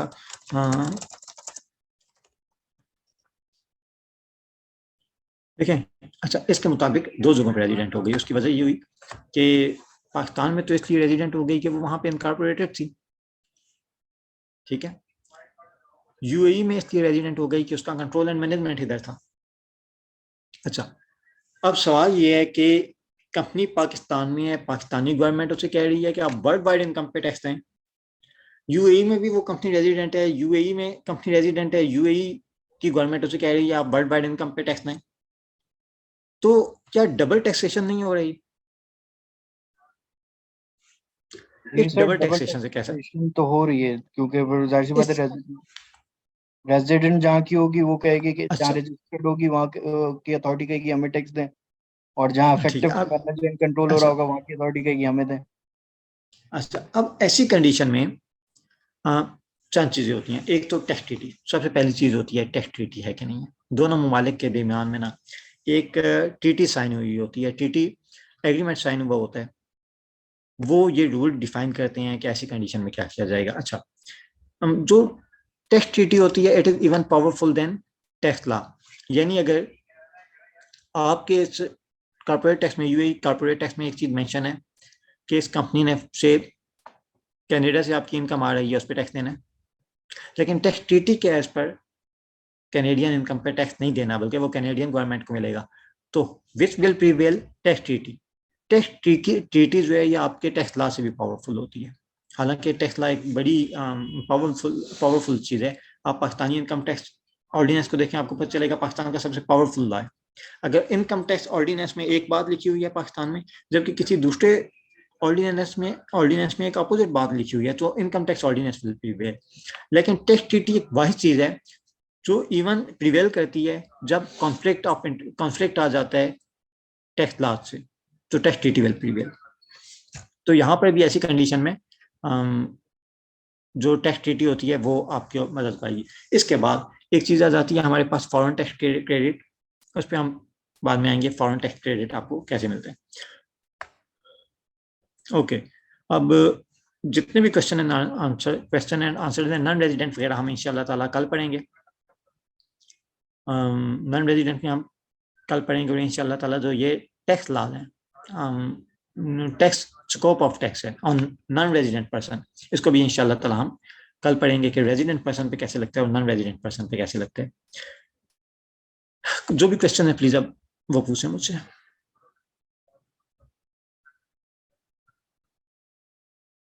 सर इस कॉर्पोरेट टैक्स में परमानेंट एस्टेब्लिशमेंट वाला जो एक यूनिवर्सल कॉन्सेप्ट होता है, ये मेरा ख्याल है बहुत नियर है इस कॉन्सेप्ट के जो आपने मुझे अभी बताया कि effectively manage and control. Permanent establishment का कॉन्सेप्ट हम इंशाल्लाह ताला नॉन रेजिडेंट के साथ पढ़ेंगे, ठीक है। इसमें बड़ा क्लियर डिफरेंस मौजूद है। जो सिर्फ एक चीज जी देखें,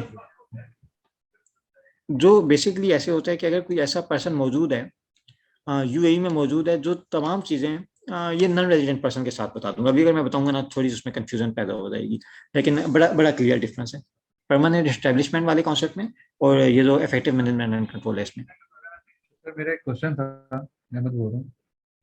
जी जी अच्छा सर, मेरा अब यानी कि हमारा आज का लेक्चर तो काइंड ऑफ वाइंड अप हो गया। कोर्स से रिलेटेड एक क्वेश्चन है कि हम ये डिग्री ऑफ लॉ जो इसका स्पेसिफिक आई गेस 477 तो उससे वर्किंग मैंने की थी, उसके साथ इंकॉर्पोरेट करके पढ़ेंगे या ये सेपरेटली जैसे आपकी स्लाइड्स हैं वहीं से लेंगे, हम उसको रेफर किया करेंगे? नहीं, ये आपने क्या पढ़ा सर जो दोबारा बोले। कॉर्पोरेट टैक्सेशन की है ना डिग्री ऑफ लॉ, जो एफटीए की ठीक तरफ है, से बिल्कुल हम 47 47 ओनली 47। 47 तो सर उसके साथ इंकॉर्पोरेट करके पढ़ा करेंगे या फिर आपकी स्लाइड्स इंडिपेंडेंटली चलेंगी? देखें, ये बेसिकली मैं आपको कॉर्पोरेट टैक्स ही पढ़ा रहा हूँ, ठीक है। डिग्री 47 अब देखिए उसका थोड़ा सा बताऊंगा कि जो फेडरल डिग्री है ना 47 वो सिर्फ एक ला है, उसमें मजीद काफ़ी सारी चीज़ें आ जाती हैं। मिसाल के तौर पे कैबिनेट डिसीजन, वो भी मैंने अपनी जो स्लाइड हैं उसमें बताई हुई हैं। कैबिनेट डिसीजन के अलावा मिनिस्टेरियल डिसीजन, ठीक है। ये क्या चीज़ होती है, बल्कि सबसे पहले तो कैबिनेट डिसीजन है क्या, मिनिस्टेरियल डिसीजन है क्या। अच्छा, आपके क्वेश्चन को इधर ही होल्ड कीजिएगा, मैं पहले कुछ चीज़ें ऐसी बता दूँ जो सबसे रेलिवेंट हो, ताकि ये वाला क्वेश्चन सबको समझ आए। क्योंकि बहुत सारे जो हमारे दोस्त होते हैं उन्होंने ये बुक्स अभी तक नहीं देखी होती हैं कि फेडरल डिग्री 47 के बेसिकली जो पाकिस्तान में जैसे इनकम टैक्स ऑर्डिनेंस है, इनकम टैक्स ऑर्डिनेंस 2001 या कंपनीज एक्ट 2017, इसी तरह से यूएई में जो लॉ होता है, ये जो कॉर्पोरेट टैक्स है इसका नाम है फेडरल डिग्री 47, ठीक है। फेडरल डिग्री प्रेसिडेंट ने इशू की।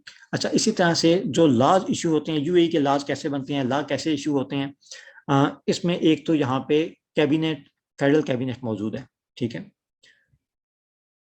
ये कैबिनेट डिसीजन भी देती है इसके अलावा। अच्छा, इस पे हम थोड़ा सा इस पे जो इसका जो स्ट्रक्चर है कि ये इस पे कौन कौन सी रेगुलेशन है, कौन कौन सी लीगल बॉडीज मौजूद हैं जो लॉ दे रही हैं, कैबिनेट डिसीजन कौन देती है, मिनिस्टेरियल डिसीजन कौन देता है, कैबिनेट रेजोल्यूशन क्या होता है, उस पर इंशाल्लाह ताला हम विद टाइम जो है वो बात करेंगे इंशाल्लाह ताला।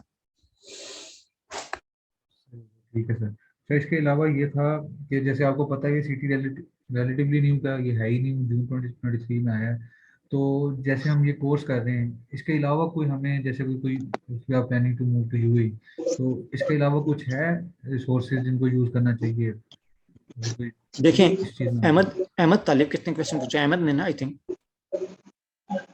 अहमद। अच्छा, अहमद जी जी। देखें अहमद, बेसिकली तो मैं आपको बताऊं कि मैं जो अपनी कॉर्पोरेट स्लाइड्स होंगी ना, इसमें अपनी कॉर्पोरेट जो स्लाइड्स हैं इसमें कॉर्पोरेट टैक्स लॉ की तमाम चीज़ें जो है वो कोशिश कर रहा हूँ कि इनकॉर्पोरेट कर दूँ। मिसाल के तौर पे इसमें जो मिनिस्ट्रियल डिसीजन है वो भी मैंने डाल दिए हैं, कैबिनेट डिसीजन जो है वो भी मैं साथ साथ इंशाल्लाह ताला पढ़ाऊंगा, और जो वैल्यू एडेड टैक्स रिलेटेड चीज़ें हैं वो भी बीच में आ जाएंगी। वैल्यू एडेड टैक्स के लिए हमारा सेपरेट मॉड्यूल है। तो जहाँ तक आपने बात की सेपरेट कोर्स की, तो देखें डिपेंड करता है आपका पर्पज़ क्या है। अगर आपका पर्पज़ सिर्फ जॉब लेना है तो आई थिंक कि दिस कोर्स इज सफिशिएंट। ठीक है sir, thank you. Okay Ahmed, fair enough, okay thank you.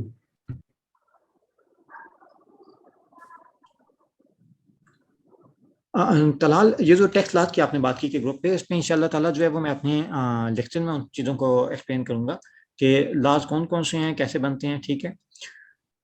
Sources of law कौन कौन से हैं। अब जो टेक्स्ट है इंशाल्लाह ताला इस पे भी मैं इसको हम इंशाल्लाह ताला अपने नेक्स्ट लेक्चर में मुकम्मल तौर पर डिटेल से डिस्कस करेंगे, ठीक है। मैंने आपको जी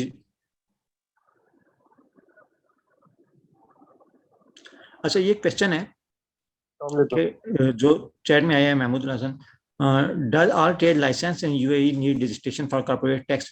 अच्छा, इसकी रजिस्ट्रेशन सब ने करवानी है यूएई में, जितने भी बिजनेसेस हैं कॉर्पोरेट टैक्स की रजिस्ट्रेशन सब ने करवानी है, इरिस्पेक्टिव कि आपका जो टर्नओवर है वो कितना है।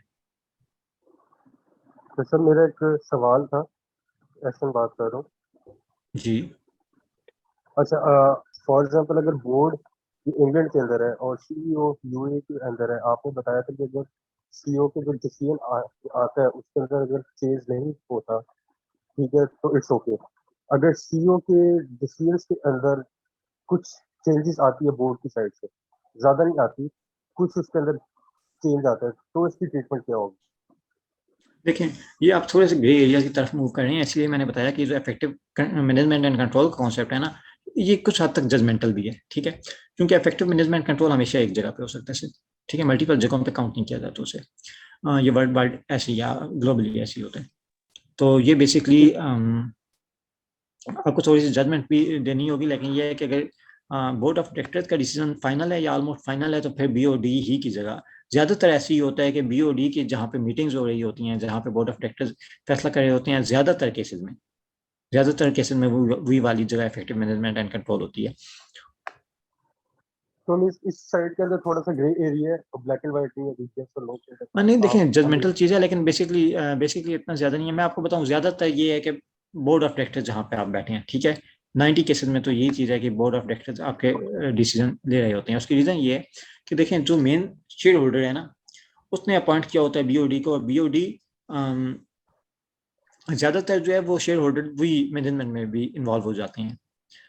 तो जैसे पाकिस्तान में आप देखें कि ऑडिट के लास्ट पे चले, मैं अभी उसकी डिटेल में नहीं जाता, लेकिन बेसिकली चूंकि एक कॉन्सेप्ट मौजूद है कि ऑडिटर जो हैं वो हमेशा शेयर होल्डर अपॉइंट करते हैं, ठीक है, ऐसे ही होता है ना।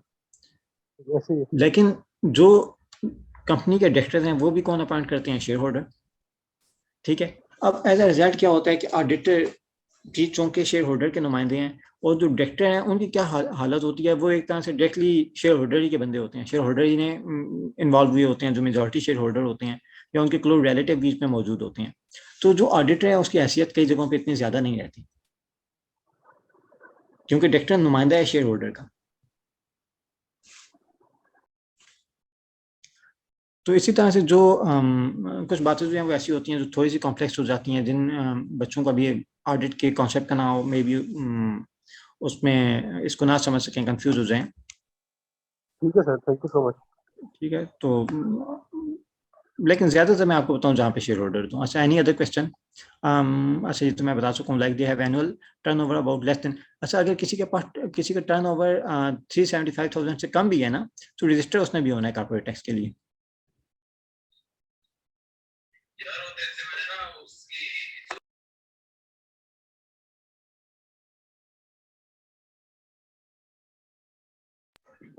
Anyone else?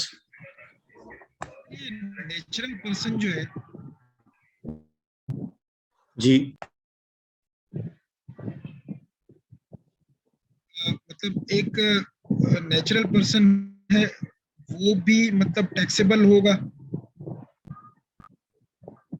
नेचुरल पर्सन भी टैक्सेबल हो सकता है, ठीक है। मैंने ये जो अभी आपको बताई ना, चंद एक चीजें बताई थी, कुछ एक्सेप्शन बताई थी मैंने आपको, ये वाली, ठीक है।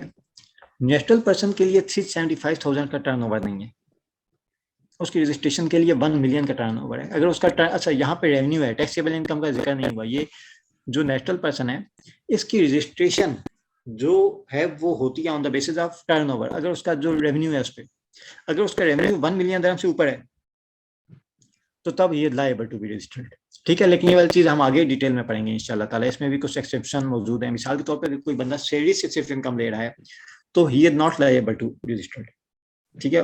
इनकम टैक्स यूएई में नहीं है, ठीक है, जो पर्सनल इनकम पे होता है, जो पर्सनल इन्वेस्टमेंट पे जो आपको रिटर्न मिलता है उस पर होता है। ये है इनकम फ्रॉम बिजनेस। अगर नेचुरल पर्सन किसी बिजनेस में इन्वॉल्व है, वहां से उसको रेवेन्यू आ रहा है जो 1 मिलियन से ज्यादा है, then he is liable to be registered. अच्छा, ये क्वेश्चन जो है ये 5 to 6, जी जी, रजिस्ट्रेशन प्रोसेस बताएंगे आप सर कुछ? रजिस्ट्रेशन प्रोसेस आपको दिखाऊंगा, मैं बताऊंगा नहीं, ठीक है, बट लेटर ऑन। ठीक है सर, ठीक है सर। अच्छा, ये जो 7-8 के हैं, इनके अलावा मुझे कोई क्वेश्चन चाहिए, जो 4 से 8 है ना जिन्होंने क्वेश्चन पूछा है। How many countries have tax treaty with UAE? यार 180 के राउंड अबाउट से, नहीं जर्मनी का नहीं है, जर्मनी से यूएई का जो टैक्स ट्रीटी है वो रिन्यू नहीं हुई थी।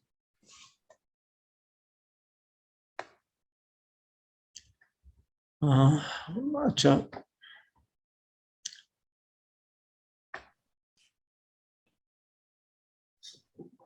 अच्छा ये एक क्वेश्चन है कि what about tax on freelancers and online business? अगर यूएई में कोई भी बिजनेस है, रजिस्टर्ड बिजनेस है, तो उस पर जो टैक्स होगा वो बिल्कुल देना होगा। लेकिन फ्रीलांसर है, अच्छा ये एक चीज़ है कि जो फ्रीलांसर है या ऑनलाइन बिजनेस कर रहा है कोई भी बंदा, तो freelance business is not a, freelancer जो है वो एक सेपरेट जुरिडिकल पर्सन नहीं होता अनलेस ये रजिस्टर्ड एज अ कंपनी, ठीक है। अगर आपने अपनी वेब डेवलपमेंट की कंपनी रजिस्टर करवा ली है तो तब तो आप एक सेपरेट जुरिडिकल पर्सन है, ठीक है। अब आप पे वही वाले रूल लागू होंगे जो जुरिडिकल पर्सन के लिए, जो कंपनी के लिए।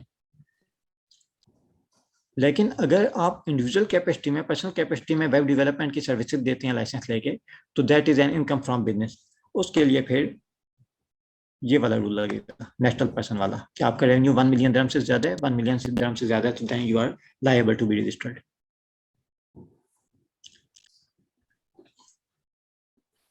अस्सलाम वालेकुम फैजान भाई। वालेकुम अस्सलाम। फैजान भाई अदनान बात कर रहा हूँ मैं। मेरे जी पास दो सवालात आए हैं। एक सवाल ये है कि एक कंपनी है पाकिस्तान में रजिस्टर्ड है और उसकी ठीक है, ब्रांच ऑफिस जो है ना वो उम्मुल कोइन में खोला गया है। ठीक है। अब जो पाकिस्तान की कंपनी है ना उसमें टैक्स उसका फाइल किया जाता है। उम्मुल कोइन की जो कंपनी है उसका टैक्स पे किया जाता है, जो भी उसकी प्रॉफिट होता है, इनकम होती है, उसका टैक्स पाकिस्तान में पे किया जाता है। एक एमनेस्टी स्कीम आई थी, उसके अंदर उसको शो करा गया था और फिर उसके बाद उसका टैक्स यहाँ पर फाइल करना शुरू कर दिया हर साल की इनकम पे।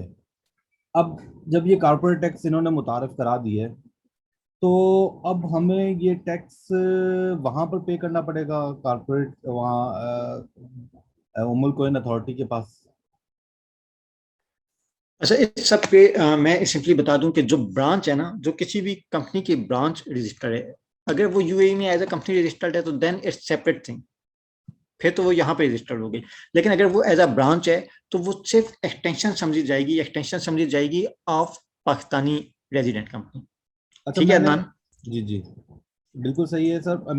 मैंने एक दो दफा बैंक से भी ताल्लुक करने की कोशिश की थी, तो बैंक ने बोला कि ये एक अलग एंटिटी है और इसको ट्रेड लाइसेंस अलग इशू हुआ है। तो आप इसको अलग ही एंटिटी तस्वुर करें, पाकिस्तान की ब्रांच ना तस्वुर करें। आप अपना ट्रेड लाइसेंस, अच्छा ये अब मैं अगेन जो है वो रिक्वेस्ट करूंगा कि ऐसे क्वेश्चन पूछें या इस अंदाज तक उन्हें ले जाएं कि ऐसे लेवल पे आगे पूछें जो सबके लिए रेलिवेंट हो, ठीक है। अभी जो आपने क्वेश्चन पूछा कि ट्रेड लाइसेंस का, ट्रेड लाइसेंस के हवाले से बता दूं कि जब भी यूएई में किसी कंपनी ने बिजनेस करना होता है, किसी ने भी बिजनेस करना होता है, उसे लाइसेंस लेना पड़ता है रेलिवेंट अथॉरिटी से। ये हम जो आखिरी हमारा मॉड्यूल होगा कंपनी रजिस्ट्रेशन का उसमें पढ़ेंगे। तो वहां पे एक ट्रेड लाइसेंस आपको इशू किया जाता है जिसके बाद आप बिजनेस कर सकते हैं। उस ट्रेड लाइसेंस पे आपकी कंपनी की आप देख सकते हैं कि हमने उस कंपनी, उस जो आपका बिजनेस है उसको किस हैसियत में रजिस्टर्ड करवाया है। अगर मिसाल के तौर पे कोई इंडिविजुअल बिजनेस करना चाहता है अपनी पर्सनल कैपेसिटी में, उसे भी ट्रेड लाइसेंस चाहिए होगा, he is the sole proprietor. अगर एक कंपनी रजिस्टर्ड करवाई है आपने से LLC, limited liability company registered करवाई है, तो ट्रेड लाइसेंस के ऊपर लिखा होगा। तो अदनान सबसे पहले आप अपना ट्रेड लाइसेंस देखें, उसके ऊपर क्या लिखा हुआ है, ठीक है। ट्रेड लाइसेंस के ऊपर अगर मेंशन है ब्रांच, ब्रांच का ट्रेड लाइसेंस सेपरेट होता है, उसके ऊपर मेंशन होता है ब्रांच। अगर वो ब्रांच है तो then that is an extension of Pakistani resident company, ठीक है, एक्सटेंशन है। ये बेसिकली एक सेपरेट जुरिडिकल पर्सन, ब्रांच को नहीं तस्वुर किया जाता। वो एक जो ब्रांच होती है that is a non resident person, और इसका जो स्टेटस है वो परमानेंट एस्टेब्लिशमेंट वाला है, ठीक है। ये हम परमानेंट एस्टेब्लिशमेंट क्या होती है, ये हम नॉन रेजिडेंट पोर्शन में कल पढ़ेंगे इंशाल्लाह ताला। ओके अदनान? जी सर। अच्छा एक और जो दूसरा क्वेश्चन मुझे ये आया कि जैसे आपने बोला कि दुबई में या कोई भी इसकी रियासत में कोई भी बैठा हुआ है जो फैसले कर रहा है कंपनी के, तो कंपनी ऑटोमेटिक वहां पर वो हो जाती है, रेजिडेंट हो जाती है। तो उसकी तो कोई रजिस्ट्रेशन होगी नहीं वहां पर, सिर्फ एक फैसले हो रहे हैं कोई, यानी कि जिस तरह एक एंटिटी अगर रजिस्टर्ड में पाकिस्तान के अंदर करा रहा हूँ तो मुझे समझ में आ रहा है कि हाँ ये मैंने कंपनी यहाँ रजिस्टर्ड कराई है, तो उसके टैक्स अथॉरिटी मुझसे टैक्स मांगेगी। लेकिन दूसरी जगह वो फैसले हो रहे हैं, लेकिन उस जगह पे कोई उसकी फिजिकल उसका कोई वो फिजिकल तो नहीं बन रही रजिस्ट्रेशन ना। तो उस सूरत में किस तरीके से उसको फाइंड आउट किया जाएगा, या उसकी गवर्नमेंट फाइंड आउट करेगी और हमसे टैक्स क्लेम करेगी? देखिए बेसिकली लीगली ऐसी है कि जहाँ पे कंट्रोल एंड मैनेजमेंट मौजूद है ना, वहाँ पे वहाँ पे वो टैक्स रेजिडेंट है। सही। और बेसिकली खुद भी रिस्पॉन्सिबिलिटी, ज़्यादातर तो रिस्पॉन्सिबिलिटी खुद ही होती है कि आप खुद डिस्क्लोज करें, खुद डिक्लेयर करें। लेकिन अदरवाइज देखें, ये जो आपको एग्जांपल दिए ना मैंने आपको चंद एक, ये प्रैक्टिकली सबसे ज़्यादा पता है क्या हो रहा होता है कि बोर्ड ऑफ डायरेक्टर्स बाकायदा एक जगह पे मीटिंग करते हैं आके। ये जो कंडीशन है कि एक शेयर होल्डर कहीं और बैठा हुआ है, ये एक्सेप्शनल केसेस होते हैं। नॉर्मली ज़्यादातर जो सबसे ज़्यादा कॉमन चीज़ है वो बोर्ड ऑफ डायरेक्टर्स मिलते हैं और वहाँ पे फैसले होते हैं।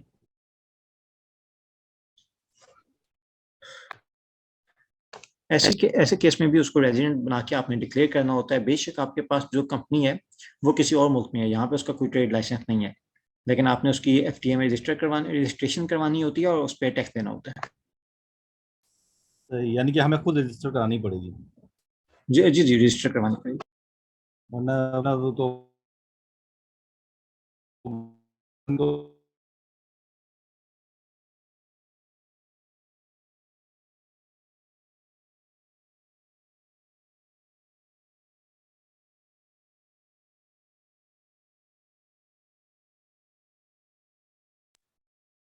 अदनान आपकी आवाज़ नहीं आई आगे।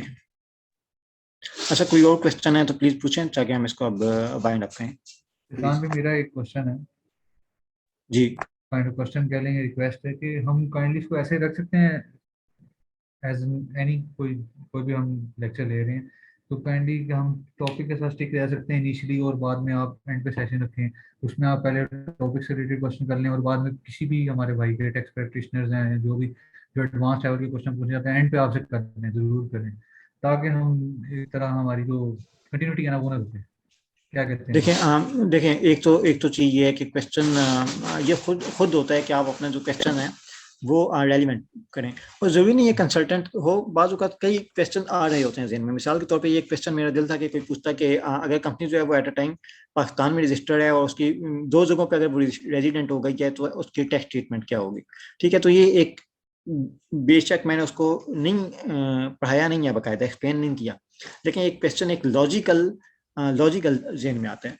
तो बहुत सारे क्वेश्चन होते हैं वो लॉजिकल हैं। बाकी जो कंसल्टेंट है तो देखें हर कोर्स का एक पर्पस होता है ना। आप कंसल्टेंसी में अगर आप चले जाएंगे तो उसमें कई चीज़ें ऐसी होती हैं जो कंसल्टेंट वाले जो क्वेश्चन है ना वो अगर किसी ने करनी है मुझसे अलग में कर लिया करे, या ये मैनेजमेंट से बात कर लें, वो कनेक्ट करवा देंगे मुझसे। बिल्कुल सर। लेकिन ठीक है, तो बाजू का तो हम रिस्ट्रिक्ट नहीं कर सकते ना, क्वेश्चन आ जाते हैं। मैक्सिमम ये होगा कि मैं बता दूंगा या कह दूंगा कि हम आगे उसको डिस्कस कर लेंगे। ठीक है सर, नो वरीज। अच्छा, ये जो है कि इन्होंने कंपनी रजिस्ट्रेशन टाइप्स इंशाल्लाह ताला हम जो है वो आगे फ्यूचर में डिस्कस करेंगे। मैंने ये जो जुरिडिकल पर्सन जिस वक्त एक्सप्लेन कर रहा था तो मैंने इसको क्लैरिफाई किया कि इंशाल्लाह ताला हम जो लास्ट मॉड्यूल होगा हमारा कंपनी रजिस्ट्रेशन का उसमें एक्सप्लेन करेंगे इंशाल्लाह ताला। Okay, last 5 minutes, anyone else? जी सर, मेरा एक सवाल है। हेलो जी अच्छा, जी जी ये जी मैं जी। अपने बिजनेस से रिलेटेड एक पर्सनल सवाल कर रहा हूँ, यूएई में टैक्स रिलेटेड ही है। I don't know, it's too early, मैं वेट करूँ, वैसे ही आपसे पूछा हूँ कि मैं बेसिकली यूएई में एक बिजनेस करता हूँ वेयर हाउसिंग का ना। अच्छा, उसमें जो मेरे जो क्लाइंट्स हैं वो पाकिस्तान में इंडिविजुअल्स हैं, मतलब वो ना पाकिस्तान में रजिस्टर्ड हैं, इनकॉर्पोरेटेड है, ना यूएई में इनकॉर्पोरेटेड है। मैं उनको सर्विस देता हूँ वेयर हाउसिंग की ना, तो वो लोग क्या करते हैं, वो चाइना से या और आगे पीछे की कंट्रीज से कुछ मटेरियल ऑर्डर करते हैं एंड देन उसको जो है वो अमेजोन पे सेल कर देते हैं एज एन इंडिविजुअल। और यहाँ पे ठीक है। दुबई में मुझसे वो वेयर हाउसिंग की सर्विस ले रहे होते कि मैं उनके बिहाफ पे उनके मटेरियल को यहाँ पे रिसीव करूँ और उनको अमेजोन के स्टोर वगैरह तक पहुँचाऊँ। तो इस सिनेरियो में क्या लाइक वो इंडिविजुअल है, कोई कंपनी इनकॉर्पोरेट हुई भी नहीं ना पाकिस्तान में यहाँ पे, लेकिन उनकी एक इनकम जनरेट हो रही है यहाँ पे और एक रेवेन्यू वगैरह का टर्न ओवर है, तो क्या? इसके हवाले से हम्म, इंशाल्लाह ताला हम जो है जिस वक्त पढ़ेंगे ना नॉन रेजिडेंट पर्सन, ठीक है, उनकी जो ठीक यूएई सोर्स इनकम होती है उसमें एक्सप्लेन ठीक करेंगे इंशाल्लाह ताला, ठीक ठीक है। ठीक है सर, ठीक है। ओके। और ये प्लीज जो क्वेश्चन है ये सिर्फ मुझे 8-10 बल्कि लेस देन 8 to 10% से आते हैं, प्लीज बाकियों से भी मेरी रिक्वेस्ट है कि मुझे कुछ ना कुछ जो है वो क्वेश्चन किया करें। ओके।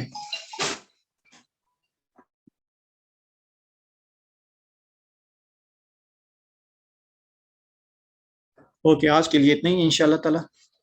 एक न्यू क्वेश्चन दो नए आए हैं। अच्छा, ये इनका मुझे क्वेश्चन ये नहीं समझ आया, इन्होंने पूछा if a person in UAE and effective control hit, अच्छा, और इफेक्टिव कंट्रोल हो जाता है, no income related to UAE, is there any tax and how much? Is there any tax? नहीं, देखिए अगर 375,000 dirham से कम है ना तो फिर टैक्स नहीं बनता, ये तो मैं एक्सप्लेन कर चुका हूँ। ओके, अस्सलाम अमीन जी। सर मुझे क्लास के रिलेटेड, टाइम के रिलेटेड बात करनी थी। क्या वो आप ही करते हैं या वो मैनेजमेंट डिसाइड करेगी? ये नॉर्मली ये टाइम अगर चेंज करना है मैनेजमेंट से बात कर नहीं लें। Sir, no no no sir, जी मैं जी। एक्चुअली ये कहना चाह रहा था कि आप अगर स्टार्ट 10-15 मिनट लेट कर ले, क्योंकि उस टाइम नमाज का टाइम होता है यहाँ पे यूएई में, और एक ऑफिस से वगैरह से निकल के आ रहे हैं, मोस्टली 6:15 और 6:20 हो जाते हैं रूम तक पहुंचते पहुंचते, इसलिए मैं बात कर रहा हूँ आपसे। क्योंकि आज मैं जब आया हूँ तो ऑलमोस्ट आपने 15 स्लाइड्स रीड आउट कर चुके थे, तो मैंने इसलिए मैं चलें इसको मैनेजमेंट से वैसे डिस्कस करें, ठीक है। द रीज़न भी है कि आगे चलें, मैं कोशिश करूंगा इंशाल्लाह इस पर किया जा सके, लेकिन पाकिस्तान में ज़्यादातर हैं, उसमें भी मैंने टाइम देखते हैं नमाज वगैरह का। तो बाकी रिकॉर्डिंग वगैरह के लिए आप मैनेजमेंट से बात कर लें प्लीज़, इंशाल्लाह ताला ओके कवर हो जाएगा। ठीक है, ओके अस्सलाम। ओके ठीक। ओके जी, thank you Allah, thank you, खुदा हाफिज़।